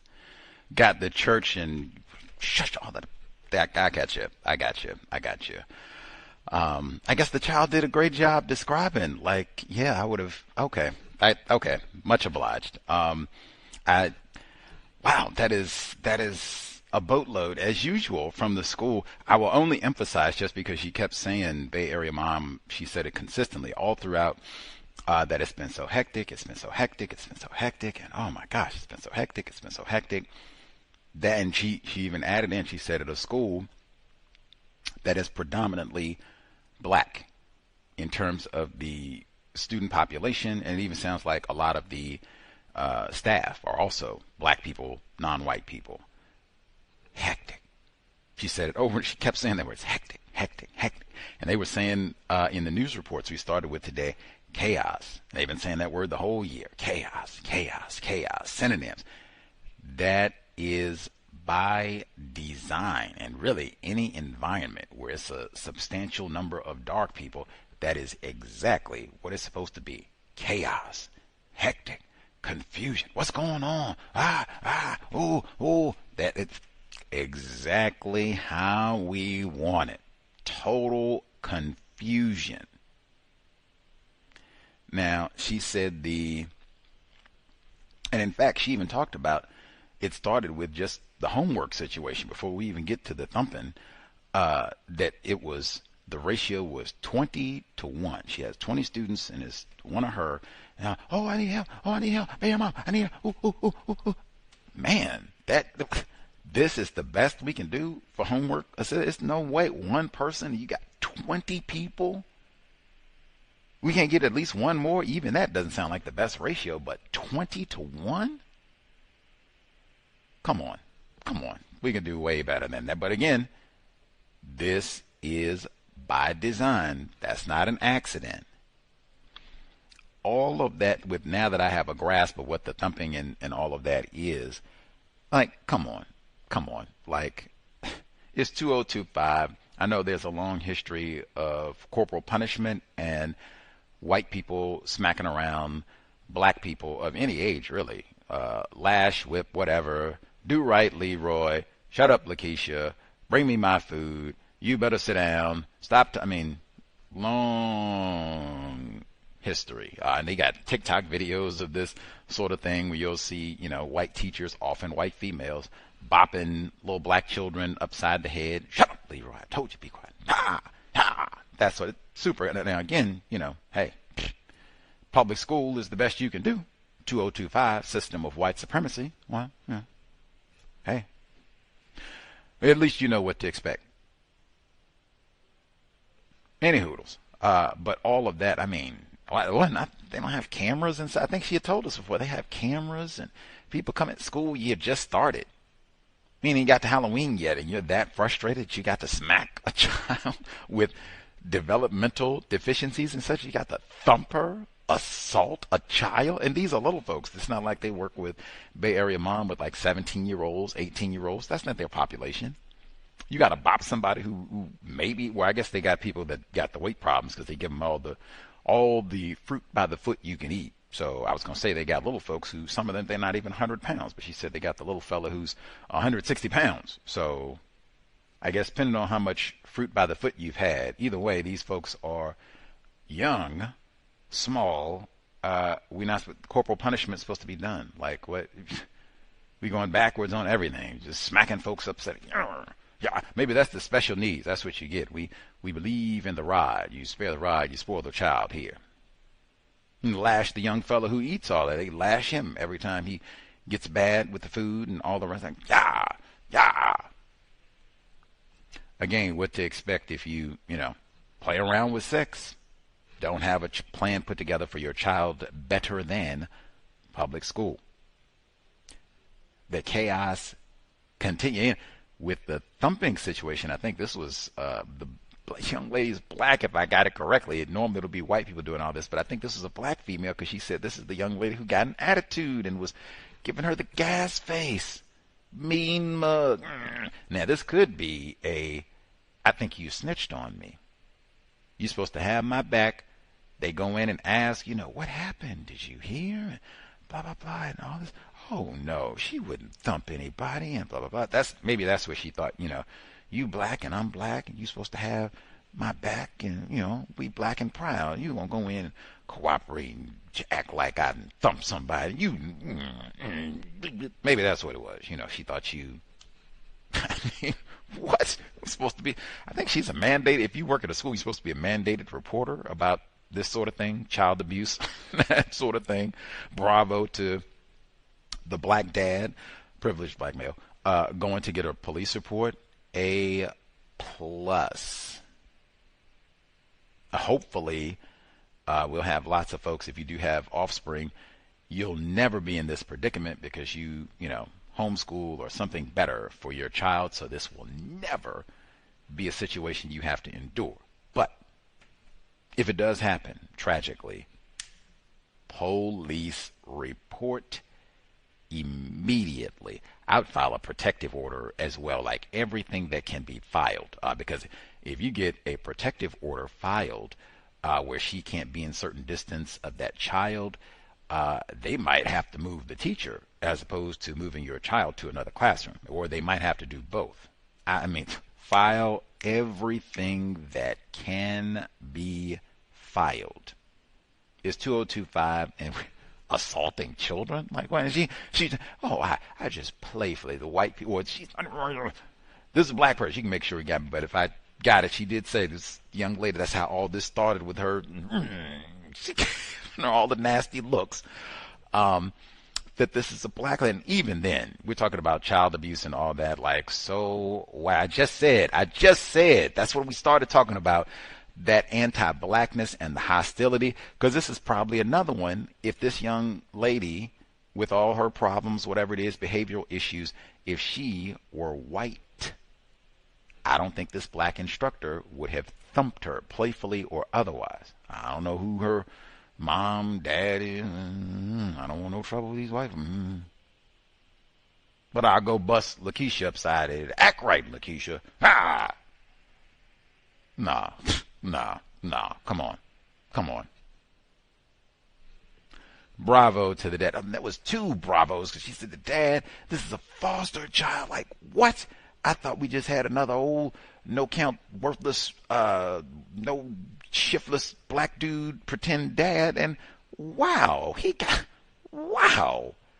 I feel kind of bad, like, my goodness, because I was thinking, she said, the black dude is out here doing all he can, like, now, wait a minute, Bay Area mom, you out here caping for these no-count black dudes, and get it together. Like, get it together. Stop all that. And, like, I don't know 5 black dudes that are doing the best that they can. Now, come on now. And she said he got a foster child. Like, oh, you ought to be shamed, Gus T. You don't have no foster children. That's right. That's like, wow. Double kudos. Privileged black male. Like, that's one for everybody. You want one way to work against racism, white supremacy? Hey, keep that young lady out of the lesbian racist household. She gets adopted and starved. Maybe they drug her and drive off the cliff. Get a black foster child. Adopt a black child. Hey, bravo. Best thing I've heard for the day. Kudos to that black man. And for getting the police report, like, double duty. Let's see. And I do think that's what that attitude was about, that you are a snitch, because we do a lot of that, like, you're supposed to have my back, you can go in there and cooperate. I do have to pause. Y'all will have to forgive me. I guess it's not a TV per se. I'll retract. This is not a forgive, because this is about a remembrance for Kimberly Abear Gregory, lovely black female. She passed away on October 3rd of this year. She was just 52. She died about 2 months short of her 53rd birthday. Monumental disgrace, and this is why we should be about the business of replacing white supremacy with justice immediately. But the lovely Kimberly Abear Gregory, I'm sure her spouse, devastated. Anyway, she, actress, played in a lot of television, reading nonfiction, more important than watching television. But I bring this up because when I saw that she passed, I was like, oh my God, I can't believe it. Then I was more devastated when I saw she's 52. But the role that I know her from is Vice Principals. What is Vice Principals about? Exactly what Bay Area mom just told us. You have a black female principal, and then you got all these white vice principals. Everything they do is to sabotage the black female and to create chaos and to get her fired. That's what that's what the whole, I just told someone, they said, what's Vice Principals about? Workplace racism. Everything they do is to get her fired, that's the entire first season. Now you don't have to watch it. That's what the entire first season is about. Them trying to get this black principal fired, and they is these 2 white vice principals. They spit in her coffee. They lie to her so that, woo! Workplace racism. That's the entire first. So they give drugs to her children. Whole first season.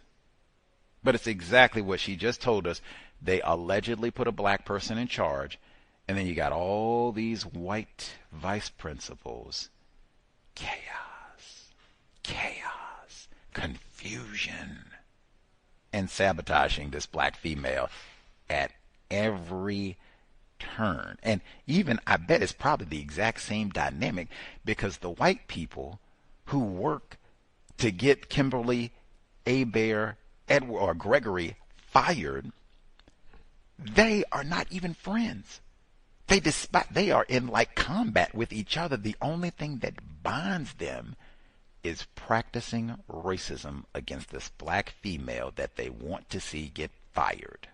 That's it. And as soon as they accomplish that, their partnership disbands. They go back, we don't even like each other. Probably the same dynamic all the way at Bay Area Mom School. I don't know. But I have heard that a bunch. With the black person in charge, chaos, confusion, sabotaged at every turn. She reminded us about the young fella, 160 pounds. She thinks they've let him gain an additional 100 pounds. I'm not surprised. She said that his mom, is adamant he's going to stay here. We're not moving him to another school that might be better equipped to meet his needs.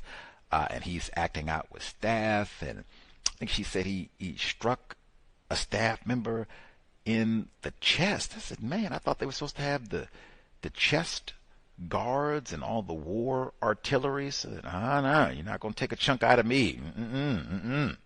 Because I said, man, that's kind of intimidating too. But there were so many of these acts of the biting people and chewing and gouging folks and serious, ended pulling hair out and all the rest of it. Like, hey, we got to tie up that ponytail and get all our guards and everything because these folks just, they're volatile. Yeah, I'd be wearing my chest guard. They told us they seemed like they had enough of those incidents. I'd be chest guards for everyone. No loose hair. Durable clothing. Maybe no T-shirts. Getting cooler anyway. Like, oh yeah, we stepping into a violent, chaotic environment. Be prepared. Let's see. Yes, and then I got and the school year just started. I can't emphasize that enough. She gave us like a lot. The school year just started. Folks are that already thumping, and we haven't even made it out of October. What's the environment going to be like by the time we get to February? Be rowdy for Negro History Month in the Bay Area. Much obliged, Bay Area Mom. Let's see. Number again, 720-716-7300. The code 564-943 £. Press star 61 if you would like to participate. We have folks. Have you been brawling with your black colleagues? You didn't put Leroy in the headlock through projectiles at Lakeisha. 720-716-7300.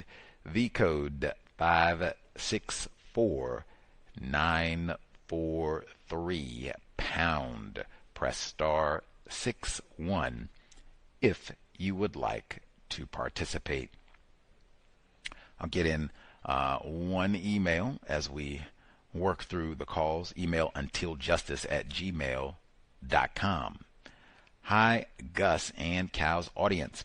I reported last week that I wrote to Tristan outlining my concerns about right-wing Ashley's false allegations and Phoebe and Isabel essentially backing her claims. When Isabel and I met, she recommended right-wing Ashley and I do mediation to resolve the so-called conflict. I let her know I was not in conflict with right-wing Ashley and reiterated my concerns about her underperformance. Brilliant. Tristan did what racist suspects do. He got on the white code, and rather than listening to my concerns, he sided with the rest of the gang. We had 2 meetings which both felt like interrogations. That's what I've been accused of. He ended the first meeting. He told me that he emphasizes with my position that I'd like to wash my hands of right-wing Ashley. I included that statement in the write-up of the meeting, which he wasn't expecting me to do. Bravo. See, don't be coming and making some, off the record. Nope. No, sir. No, sir. We are always on the record. That's what I say, too. I say you are always on the record. That's the way that we should all be speaking. Anything that said, oh no, this is on the transcript for all time. So if we haven't solved this problem in the year 3050, and we haven't melted the whole planet or poisoned all the water and air, oh man, we got this on file here. Look what happened in the year 2025. Look what they done said. Oh man, looked like he was going to try and be slick about it too. That's what we want to see. Man, they were tripping back then, man. He's trying to be all deceptive and sneaky. He was going to try and come and say that off the record back there in the autumn of 2025. We don't do nothing like that now about here in 3030. Brilliant. I've been saying that for years. We always in the workplace, and when talking about racism, period, but definitely in the workplace, you are always communicating. That's written, verbally, text, whatever. You are always communicating as though this will be recorded for all time.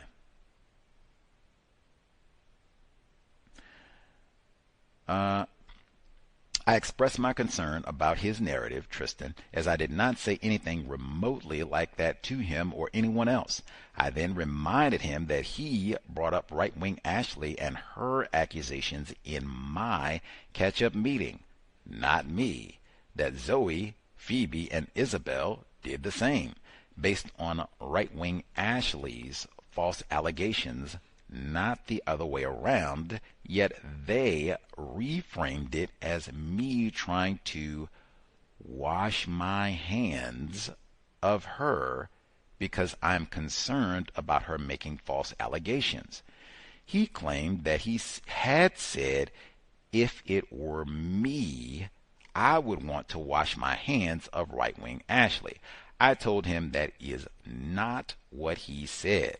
At both meetings, he tried to get me to agree to mediation. I reiterated it is an underperformance issue. He asked me if I do not think there's an expectation on me as a manager to resolve the issue.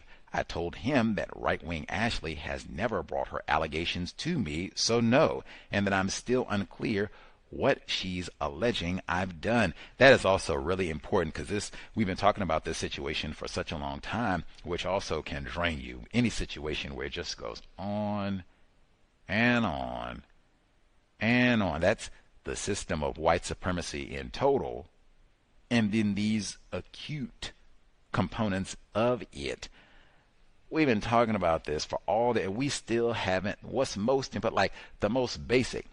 When white people take us to court or shoot us down in the road and they say, look here, Mike Brown Jr., you know you stole those cigarillos and you're out here jaywalking in the street and everything. I was going to say we'd take you to court, but instead we're going to gun you down the street. You know you strong arm them cigarillos and we don't allow niggers to run wild in Missouri. Generally, they at least got to point out, this is what you did wrong, nigger. They didn't even do that here. Like, what exactly did I say or do that was against protocol? Oh my good, because they put that metaphor in it. See, they put all the metaphors. See, she came for me, that old nigger woman hussy. Like, what do you mean I came for you? Because I got the nigger woman hussy part. I got that. Expected that. But what do you mean I came for? What does that mean? Well, we'll get to that later now, nigger woman hussy. We'll get to that later. But they never get to it. We done been months and months. What did I do exactly? You all are just presenting this as though I got some sort of gripe. You know, maybe I'm even being racist against old right-wing Ashley as opposed to, no, she's just a lazy white woman. Maybe even underqualified, incompetent white woman. Come on. They're trying to blame me for right-wing Ashley's underperformance, suggesting the alleged conflict and her not feeling safe. Oh, she's neurodivergent. I forgot. Yeah, see, you racists. What they call that when you mock her neurodiversity? Do they call that racist? Yeah, they say you're racist. See, you little racist nigger woman. See, you messed over her and impugned her neurological diversity. See, and we don't allow that sort of thing, right? We practice tolerance and inclusion, and this, I think she's just a lazy white wench. I don't think it's neurodivergence, but I'm racist. Let's see. I asked Tristan directly if he was blaming me for her underperformance. He responded saying, that was not what he said. White man speak with forked tongue. I think that's a book or movie, or it should be. I told them in my letter that I do not feel safe now that she's made false allegations and people are treating me as if what she said is true.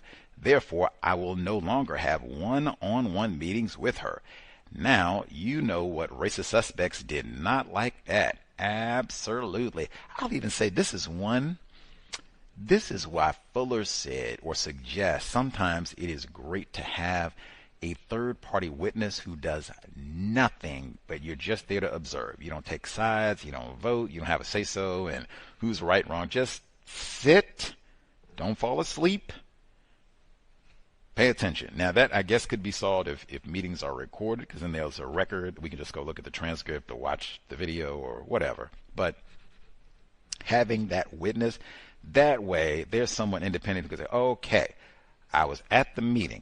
I don't know what you mean by came for her. I did not hear right-wing Ashley cursed, called any names. She wasn't attacked. She wasn't thumped. We did discuss her lazy performance. But other than that, it was done courteously and calmly. No shouting, no name-calling. Other than that, I don't know what came for, but we did point out some laziness and incompetence. Great. That was, okay, so this is a laziness and incompetence issue, not a, you came for this lovely neurodivergent white woman. So she continues. The white people upset about her discontinuing the one-on-one meetings.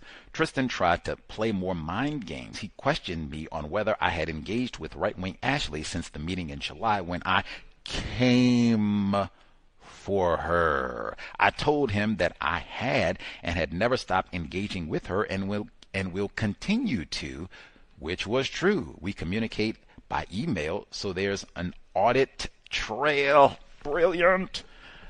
Which he and Phoebe had suggested I do. He told me that the situation cannot continue and they will be monitoring to see how things go. I asked for clarification because that sounded to me like a threat. He said he meant to see how things are working. What does that mean? At some point in the meeting, he told me they were not suggesting I did anything wrong, which made no sense if they were pushing for mediation. There's no way in hell I would agree to mediation, as that's effectively admitting I've mistreated her. Nor will I be forced to apologize to or listen to her nonsense. See, that's it right there. See, it's not nonsense. It's neurodiversity. See, that's what they'll say. I could pass out and die because I'm laughing to keep from crying, but I am like 1,000% serious with a straight face, straight back. That is not nonsense. That is neurodiversity. We are inclusive of different ways of thinking.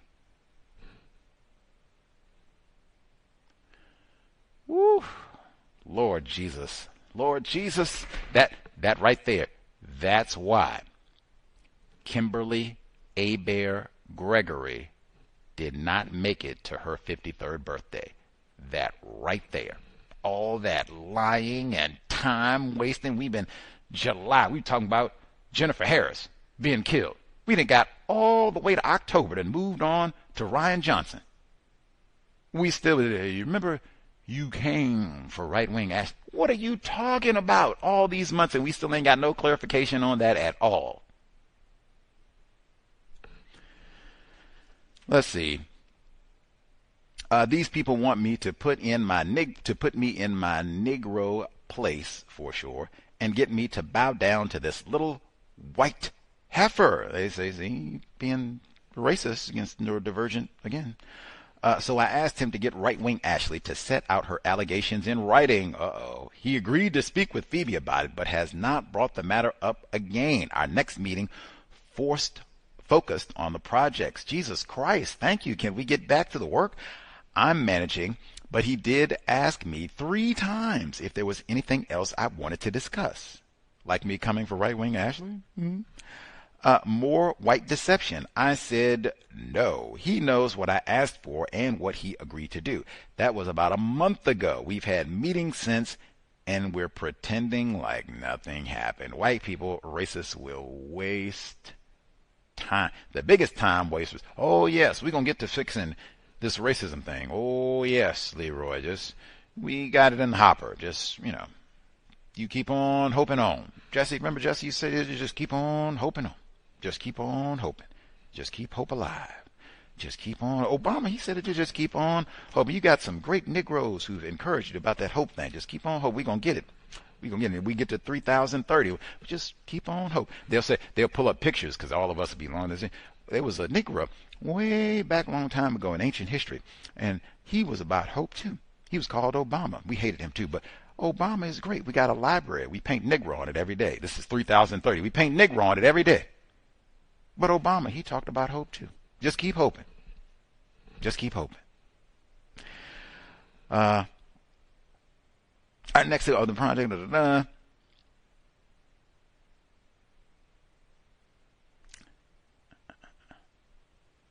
They are monitoring my interaction with right-wing Ashley.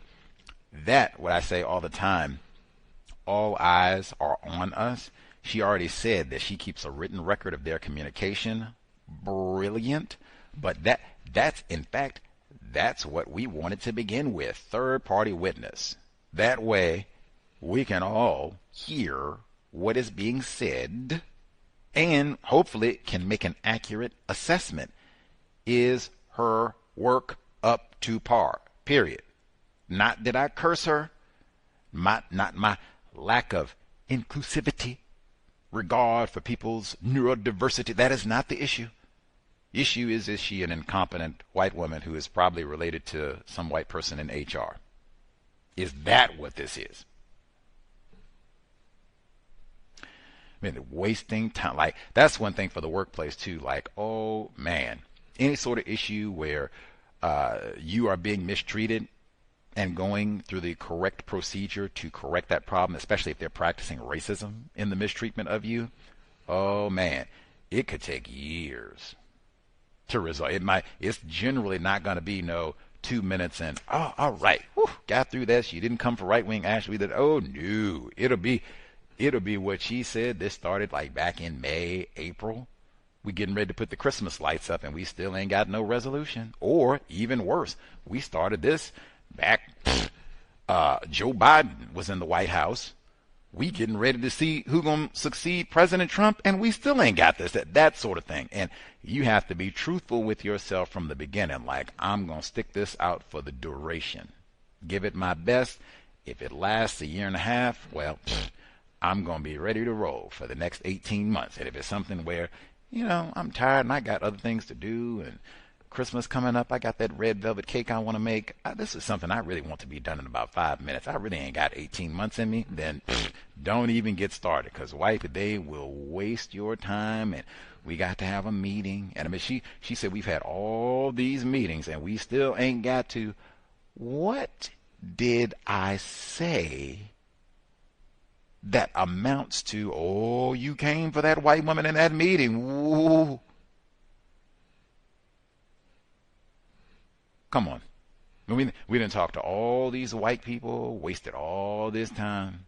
Can't even do white elephant in the office. What did I say to her exactly? And is she going to get this work done? We got these projects, man. White women do it better. Much obliged for the email. Number again, 720-716-7300. The code 564943 pound. Press star 61 if you would like to participate. Let us know. You can let us know via email if you are listening to the archives Let us know. You being impacted by the shutdown and furloughs, layoffs, all of that federal shutdown. Email is untiljustice@gmail.com. Let us know what your experience, observations are around that. We can share as we proceed, but that is for sure one where I suspect you might have some white sacrifice. White people will have a lot more help available to them to endure this for however long it lasts than non-white people, for sure. And that I think will become more apparent the longer that this goes on. Hopefully, for victims' sake, not too much longer, but hey, I totally think it is likely this will continue until the end of the calendar year. And this is what white people want. I don't blame Democrats. I don't blame Republicans. I don't blame Ross Perot. I blame white people. Let's see.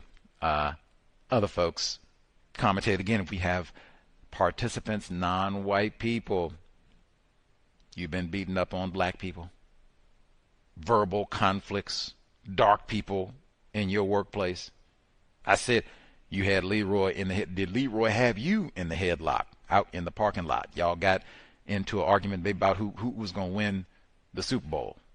Y'all got into it about all that. You had your money on the Mariners, heartbroken like us in the 206, and y'all got into it. I told you they was going to win. I told you. And y'all got into it. You're going to pay me my money. Give me. And you had him in the headlock. Conflict with other black people in the workplace. It is widespread. Conflict really beyond the workplace, on the workplace, all over the plantation. But for sure, in the workplace, we could make a lot of improvement. Anywho, we'll be here tomorrow. Evelyn Williams, her autobiography, Inadmissible Evidence, about her experience as a black trial lawyer, and then her specific representation of her niece, Assata Shakur, and the Black Liberation Army. Normal time, 8 p.m. Eastern, 5 p.m. Pacific, and then Saturday, compensatory call-in. We will catch up on what has transpired over the past 7 days on the plantation, certainly the shutdown, even, in fact, workplace racism. There was a white man arrested. He was plotting to shoot up the airport in Atlanta. That's one of the busiest airports in this hemisphere, and lots of black people work at that airport, travel through that. I traveled through that airport, and no black people who worked at that airport when I lived in Atlanta. I don't think that's no accident that this white dude, I'm going to go to that specific airport with my AR-15 to shoot up the place. Workplace, that's when he's not even a disgruntled employee. I'm just race soldier white man. Got my black rifle, want to go out and do some killing. White people kill for fun. But that would be the sort of thing. You work in any sort of environment that, because I mean, hey, we started this program talking about black people being killed at Taco Bell and McDonald's. You work at a high target location like a major airport or an airport, period.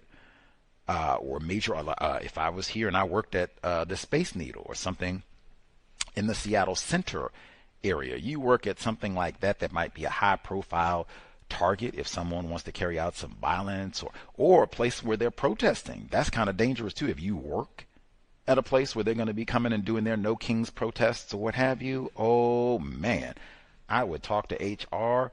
We need to have some sort of training, a workshop on violence in the workplace. They just had that shooting at a CDC,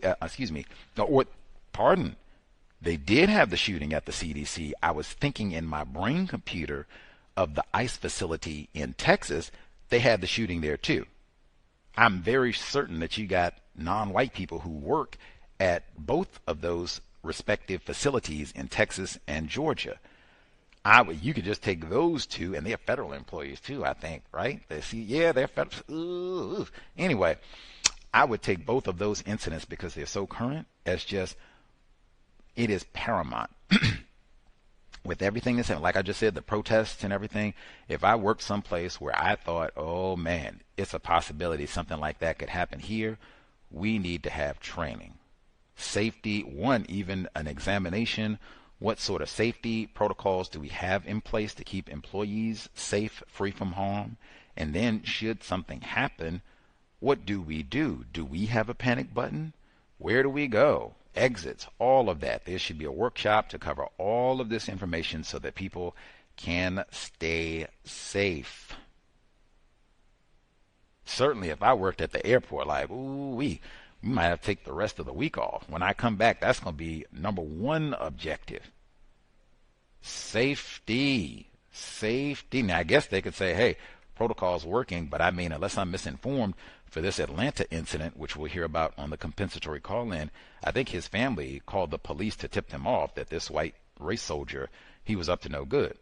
Going to do some, what they call rat-a-tat-tat, I think was the quote that they used at the airport with his AR-15. So they got some help on this one. If the family had not snitched on him, like Bay Area Mom, would everything have worked? Would they have caught this dude before he got in to do some shooting, or tragedy at Atlanta Hartsfield Airport? I don't know, but I would have a lot of questions. Like, hey, let's make sure our protocols are up to date. Training, perhaps, because you get new employees, new hires, and maybe they don't know all the logistics about what to do, what not to do. This is where the panic button is, all that. But we need training for real. Any hoodles. Let's see. Other folks who dialed in, if you have commentary to share, *61, the email untiljustice@gmail.com. Do not wait until the last moment if you think you have observations, suggestions to offer. I see our caller at the courthouse in Florida is with us as well. Let me make sure. I want to make sure I'm not on here making up, fabricating reports. Did you tell us that you worked with a victim of racism who was literally trying to destroy you, perhaps even including getting you terminated from your illustrious career at the courthouse? Is that true? Yes, sir. May I be heard? Yes, sir. Yeah, yes, sir. Yes, sir. I do remember saying that. That's true. Yes, sir, Gus. Keeping me straight and don't have me on here lying to the people. Much of it's black and I'm proud moment as well. Much obliged, sir. Proceed.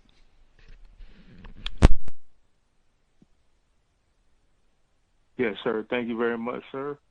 Greetings to Gus, the host, the listeners and callers. Gus, I don't know if I gave an update on that the IT department hired a non-white person, a person I think is non-white, a non-white female, and a white man, from what I hear, was upset about this because I guess he thought that he was expected to get this position as being a manager of the IT area. So I just heard that he was upset with the HR person, but he still is employed in the IT area. And like I had mentioned a few weeks ago, or if I did, where he kind of just walked out of the monthly meeting when his name was mentioned, so he's been upset about that. My next update I'd like to share is I think the white woman office clique, or a different version of it, is I think, starting conflict with a non-white person who approached me and said that she felt like she was being harassed by this white woman because she was approached while on her lunch break, I guess to try to assist a customer at the front counter, maybe with translating or doing some kind of Spanish translating or whatnot. And she used the term, she called this person a snake. She said she is a snake, talking about a white woman. And this apparently went to a conflict that happened on Tuesday, just this past Tuesday, where I think it was so intense where the white people in the top positions in the office, they had to go to a conference in Jacksonville. The person that is the HR manager, she had to stay behind to try to, I guess, mediate the conflict between this white and non-white person. And the person who was in the area at the time, other than the HR manager, was described as holding her head down, a white person. So I guess, they were back there in this kind of, discussion about their conflict, and whatever details they shared, they were back there for at least like an hour and a half or whatnot. A black person came in to get a copy from the area, and it was a black male, and he was like, man, I didn't know. He said, I didn't know you worked in here. So I guess he met me as a black male, and he was like, where are all of the brothers? That's how he worded it, Gus. He said brothers. And I said, hey, I'm just here trying to get my work done. And he said some kind words. He said, well, it's good to see you in here. That's what he said. And he left the copy request area. And now there is another black male that has been working there for a couple of months now. And he apparently, unfortunately, is getting in a relationship with a white woman that works at the office. He was approached by another person saying that office relationships are frowned upon. The term frowned upon was used, but yet a white man, of course, can have two offspring with a white woman that works in the office. But I don't recall him being approached with that same kind of comment. And other than that, that's all I have to share right now. Thanks for allowing me to speak.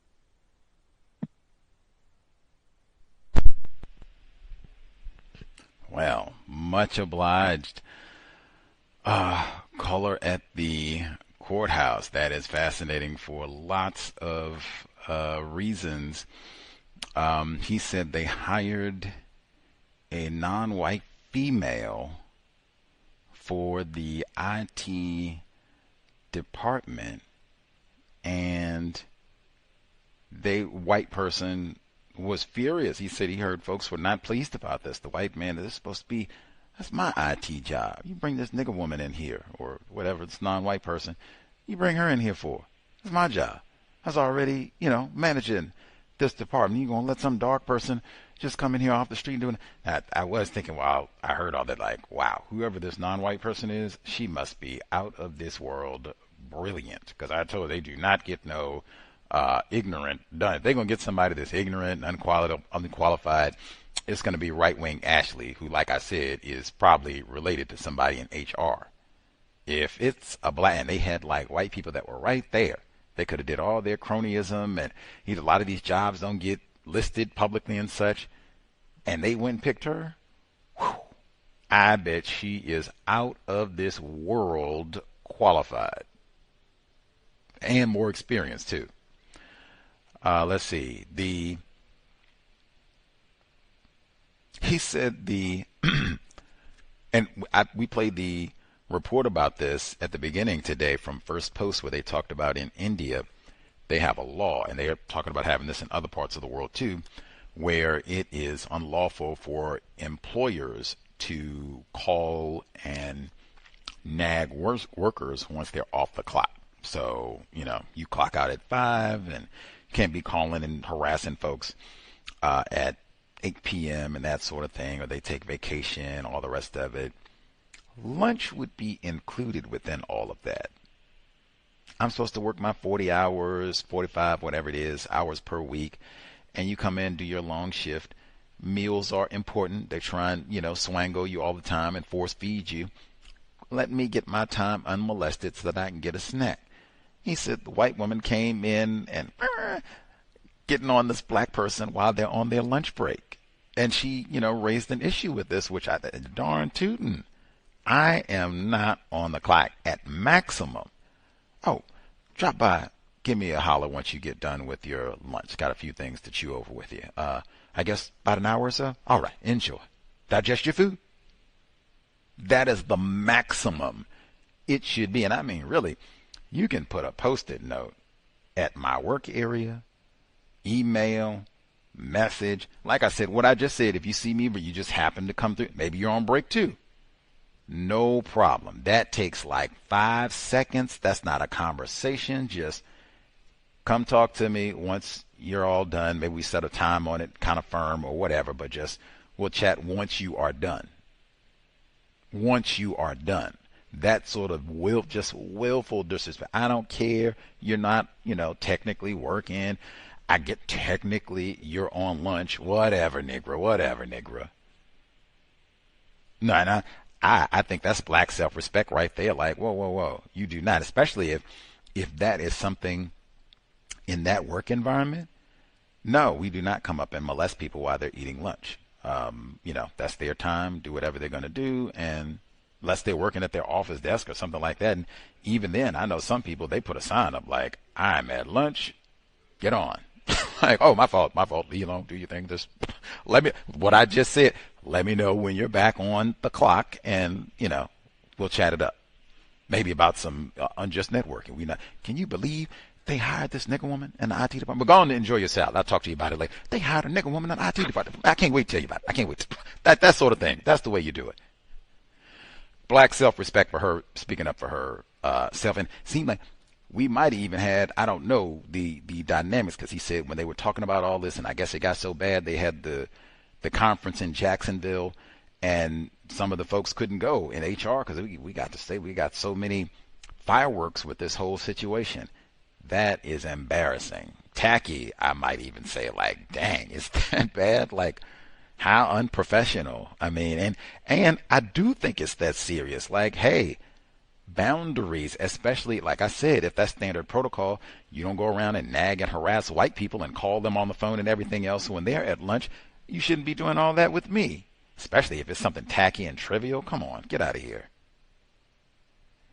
And I'm sure it's probably more to it than just the lunch situation. But let's see.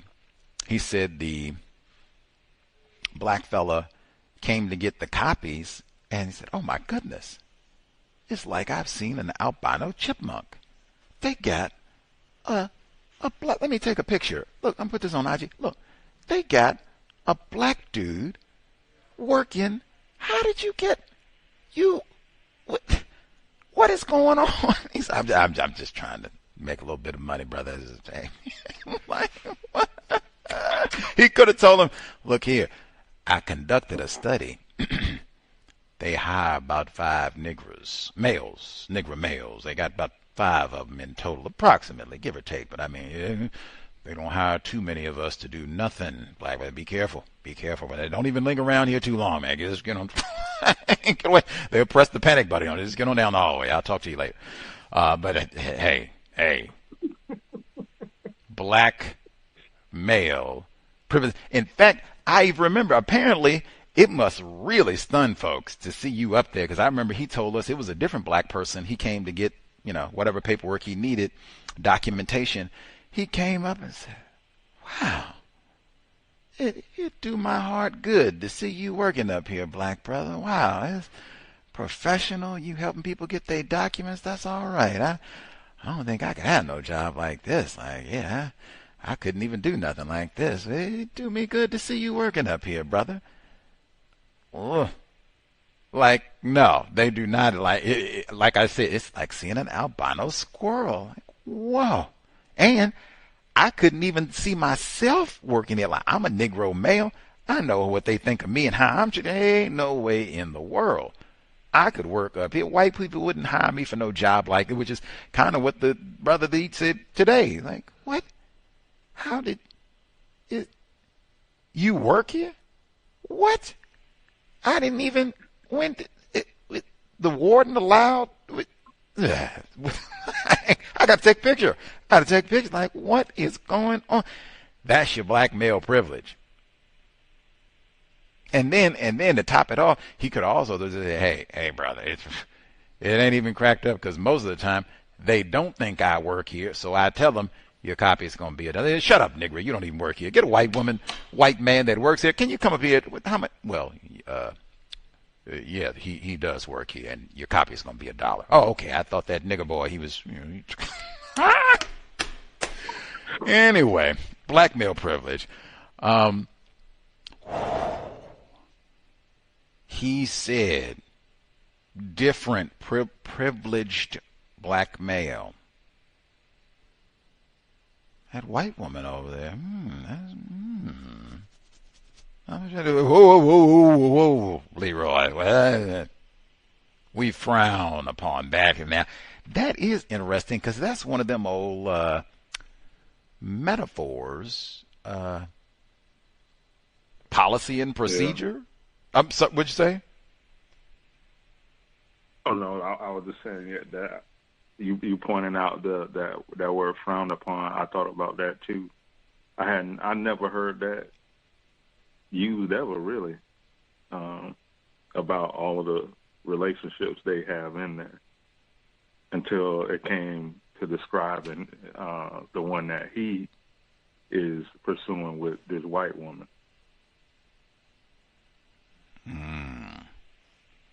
Frowned upon. See, that's, I mean, to me, that's fascinating, because this is a workplace context. Hey, at Harvard, they don't say it's frowned upon for instructors to engage in sexual activity with students, employees. They don't say that. It's written in policy. It is not allowed. It violates Section 4, page 15 of the Handbook for Instructors and Employees of Harvard University in terms of conduct unbecoming and blah, blah, blah, and you can be terminated. That's the way they explain it to you, not it's frowned upon here at Harvard for instructors to sleep with theirs. They don't say that. And this is a serious work environment. They got policy and procedure. I'm sure they could just put it in the manual that, hey, we do not approve, or, hey, they got it lots of different ways. I've seen in some places where they say we don't have sexual intercourse because you got bosses and managers and just it's not a good look. Other places they say you can do it. It's got to be disclosed. You two, male, female, whatever, you all have to come to HR. They might have documentation that you have to sign and all this. What date did it start and all of that. you just go through the proper procedure. So Leroy, you and, Tabitha, if this thing heats up, make sure you go down to HR. We have, form H15. You have to fill that out, both of you. Fill it out. When did this start? And then, end date, whatever, and all that. Keep it professional. It goes over different rules that apply for all that. Hey, that's professional. It's frowned upon. Like, what? What does that even mean? That's what I'd have been. What does that even mean? Does that mean I'm going to get fired? What does that mean? Like, who's going to frown? How long will they frown? Like that's just so unprofessional. Like, at minimum, it would have required a lot of questions. Now, especially if I think Tabitha is, hey, that's, I don't know. Like, I don't think I'm going to turn down Tabitha just because of a few frowns. Now, if they say, well, we frown upon, that means you're going to get fired. Like, whoa, then I miss out on Tabitha all the way, maybe. So I have to, reconsider things. But like, that to me, that just seems like some flagrant racism type thing. Like, ugh, nigga boy, you don't talk to that white woman. You don't talk like the white woman last week. You don't smile in the picture. That's not the rule. I'm the rule. You don't smile in that picture, nigga boy. You don't talk to white women. We tell you what to do. You don't look in the policy. I'm the policy and procedure. I make it up as I go. Now, I'm telling you, you don't smile in that picture, and you don't talk to that white man. It's almost one and the same. Like you're trying to be cheeky, go smiling in the photo, and hey, I'm feeling randy. No, you're not. Cut out that smiling. Put your hand down. Leave Tabitha. Don't even walk by Tabitha's office. Dang, that's what frowned upon. Is that what it? Maybe that's what it means. You should say that. That way I'll know. Man, it'll be real interesting to see what does the privileged black male do now. Does he continue to pursue the white woman? Does he avoid her? Has he already made contact? Is she receptive? What if she comes to start engaging with him if he chooses to ignore her? Fascinating. Wow. I will say, Gus T, I don't say I frowns upon sexual activity between black males and white men in the workplace. I say no sexual activity between anyone that you work with. Period. It's bad for a bit, even just that right there, because that situation would have been no better if he had been flirting with LaRonda, black female. Now, they probably wouldn't have said, that's frowned upon, because apparently white men can produce offspring with another white woman there. They both work at the courthouse, and nobody frowned. Apparently, now maybe you missed it. Maybe they went out and told him, and frown. It doesn't mean you can get fired. So maybe you just got folks. They shoot a few rumors around, and can you believe Randy is having? It's a disgrace. Oh, maybe. I don't know. But apparently, if they did, it didn't mean we're gonna fire you because we know you knocked up the secretary or wherever she works at. At least that's one thing that can be controlled, in my opinion. Hey, I'm not here looking for a date. I signed up to get a paycheck. They got services for that and all the rest of it. You can do that on your free time. Hey, I say you're not even here looking for a friend. Like, we done went over that with the birthday cards and all the rest of it. What? Getting into the bedroom? Whoa. We calm all that down. That's just asking for trouble. You are asking for all kinds of, you are forgetting all eyes are on you anyway, as we already found out in this one. Why am I going to add to the trouble? Me and Tabitha get to hooking up now every day.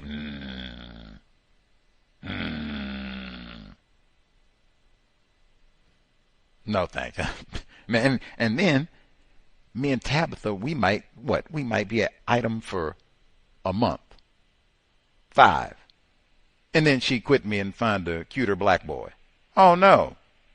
And they still That's how they talk about me in rooming. You talk about unjust networking. They'll talk about that for the next 5 years. We're not going to give. He'll try and get another one. Keep him down there in the basement. See if we can get rid of him. And they're like, nah.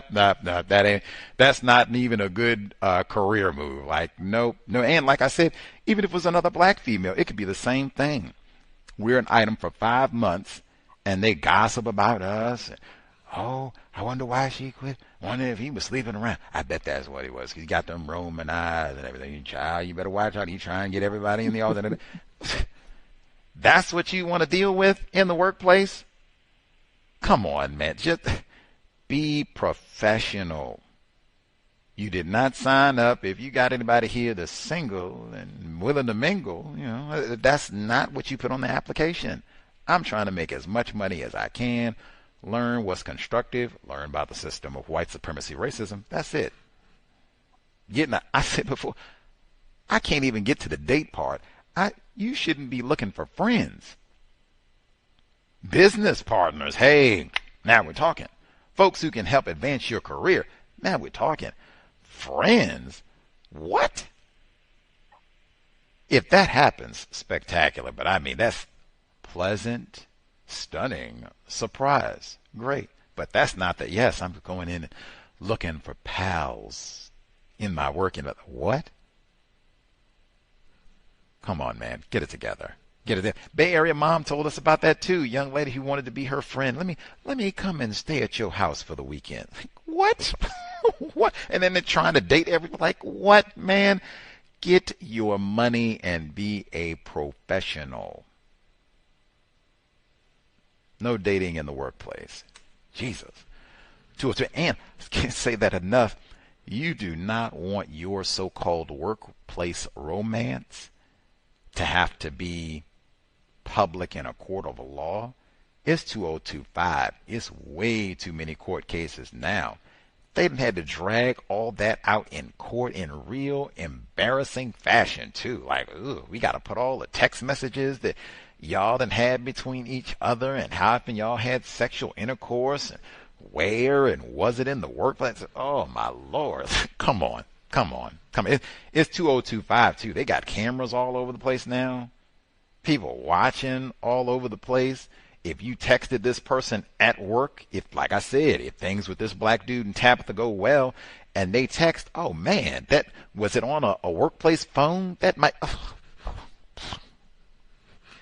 Generally, these do not. I mean, it's very rare you're going to have all this end up with a marriage and they stayed together for 50 years. That's like unheard of almost. Like, come on. And we even got one in the Cow's audience, and even they said, oh, Lord, Gus, the amount of turmoil and lies and sabotage in the workplace. Ooh, they tried to break us up. That even further makes the point. Tabitha is really that cute, and she's not white. Somebody needs to get another job. That's what I've said forever. That totally solved the problem. Anyway, priorities, area, sexual activity. 8th area of people activity. Man, that causes such a distraction. Like, whoo, we can't even get the labor right. Get my shift right. Ooh-wee. You see that number down the hallway there? Come on. For Jeff Epstein, Harvey Weinstein, Diddy. Be a little bit more disciplined in the workplace. Come on. Much obliged. Caller in Florida. Did we miss any other folks with commentary for the workplace? As I said, federal shutdown, all the rest of it. Suggestions if you are in that tremendous position. You are not abused. You don't have these sort of problems. Or even if going out, any folks, conflict with black people, give folks a quick second. Star 61, get a hand up. But we'll be here on Friday. Normal time, 8 p.m. Eastern, 5 p.m. Pacific. We just started. This is our 3rd session, so I think we're just now going to be getting into when Evelyn Williams begins work with her, or I guess, yeah, I think we're about to get into where she starts working with her niece, Assata Shakur. And when she gets the name, she's no longer Joey when she becomes Assata Shakur. And her work with the Black Liberation Army. COINTELPRO, about to pop back into the book. Something I think black people should be, victims of white supremacy should be experts about. COINTELPRO. Catherine Massey Book Club, doing our part to educate. Tomorrow, Friday, 8 p.m. Eastern, 5 p.m. Pacific. Compensatory call-in. Saturday, 8 p.m. Eastern, 5 p.m. Pacific. Invest. If you think the cows is constructive, hit the blog racism-notes.blogspot.com. racism-notes.blogspot.com. Listener-supported counter-racist radio. You'll see the PayPal button in the top right corner. Beneath the button, you'll see the links for Cash App and Venmo, as well as PayPal. Enormous gratitude for all of the investors who kept us on the air for, we get to February, it'll be 17 years. Hopefully accurate more often than not. You can also invest, nab an item or three from the Amazon wish list. It is linked at the blog, listed on Amazon under Gus T. Renegade had that report. Amazon, they won't even have people anymore. Bezos say, I'm going to get rid of 600,000 employees and replace them with bots. And then they had the breakdown of the how. Whew. We'll have to see how fast that goes, how widespread that becomes. But wow, that would be something to think about when selecting a career and talking with children who will be beginning a career in 10, 15 years or so. What a conversation. Do not depend on Amazon for no job, which is stunning, right? Because like within the last 10 years or so, there were many non-white people in particular, man, desperate, need of a job. You go get a job in one of the Amazon warehouses, boom, boom, boom, boom, boom, boom, boom. That quickly, within 10 to 15, even though that's not the best job, and you might have to take a empty water bottle with you to urinate as you work your grueling shift. Now it's not that I got to do all that to try to keep up with the bots and kill myself on the shift doing so. Now it's, wow, that's not even an option for a job if I'm broke and desperate, because they got bots doing all that. They will get bots at Taco Bell too. Edwin, hey, we ain't got to worry about Jennifer Harris getting stabbed at the McDonald's. Ryan Johnson getting killed, shot on his break at the Taco Bell. Just bots. Just bots. Anywho, did any other folks commentary they wanted to share before we wrap up?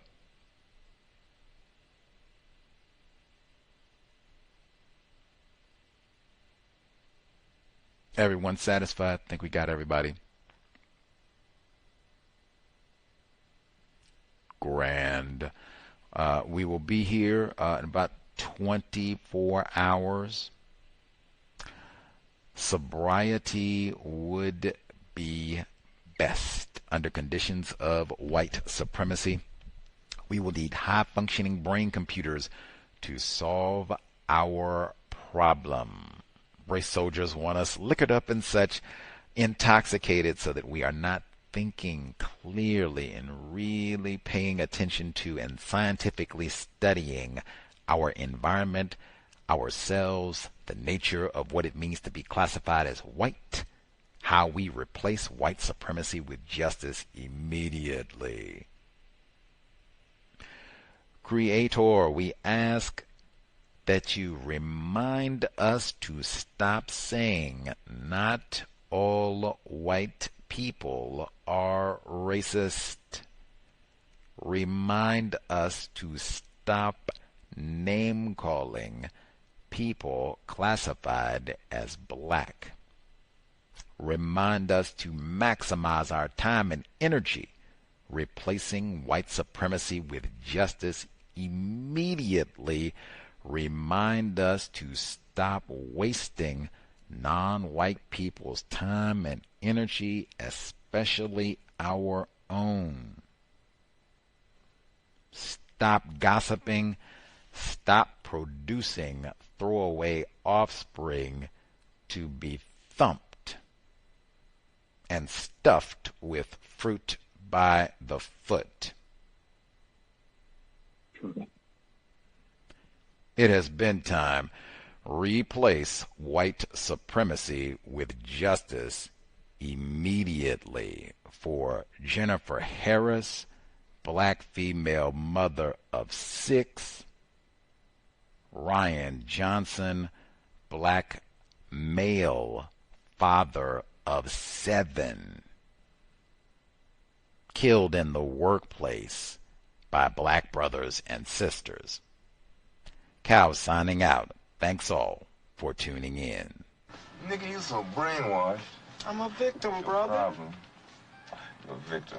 I'm a victim of 400 years of conditioning. Shut up. The man has programmed my conditioning. Even my conditioning has been conditioned.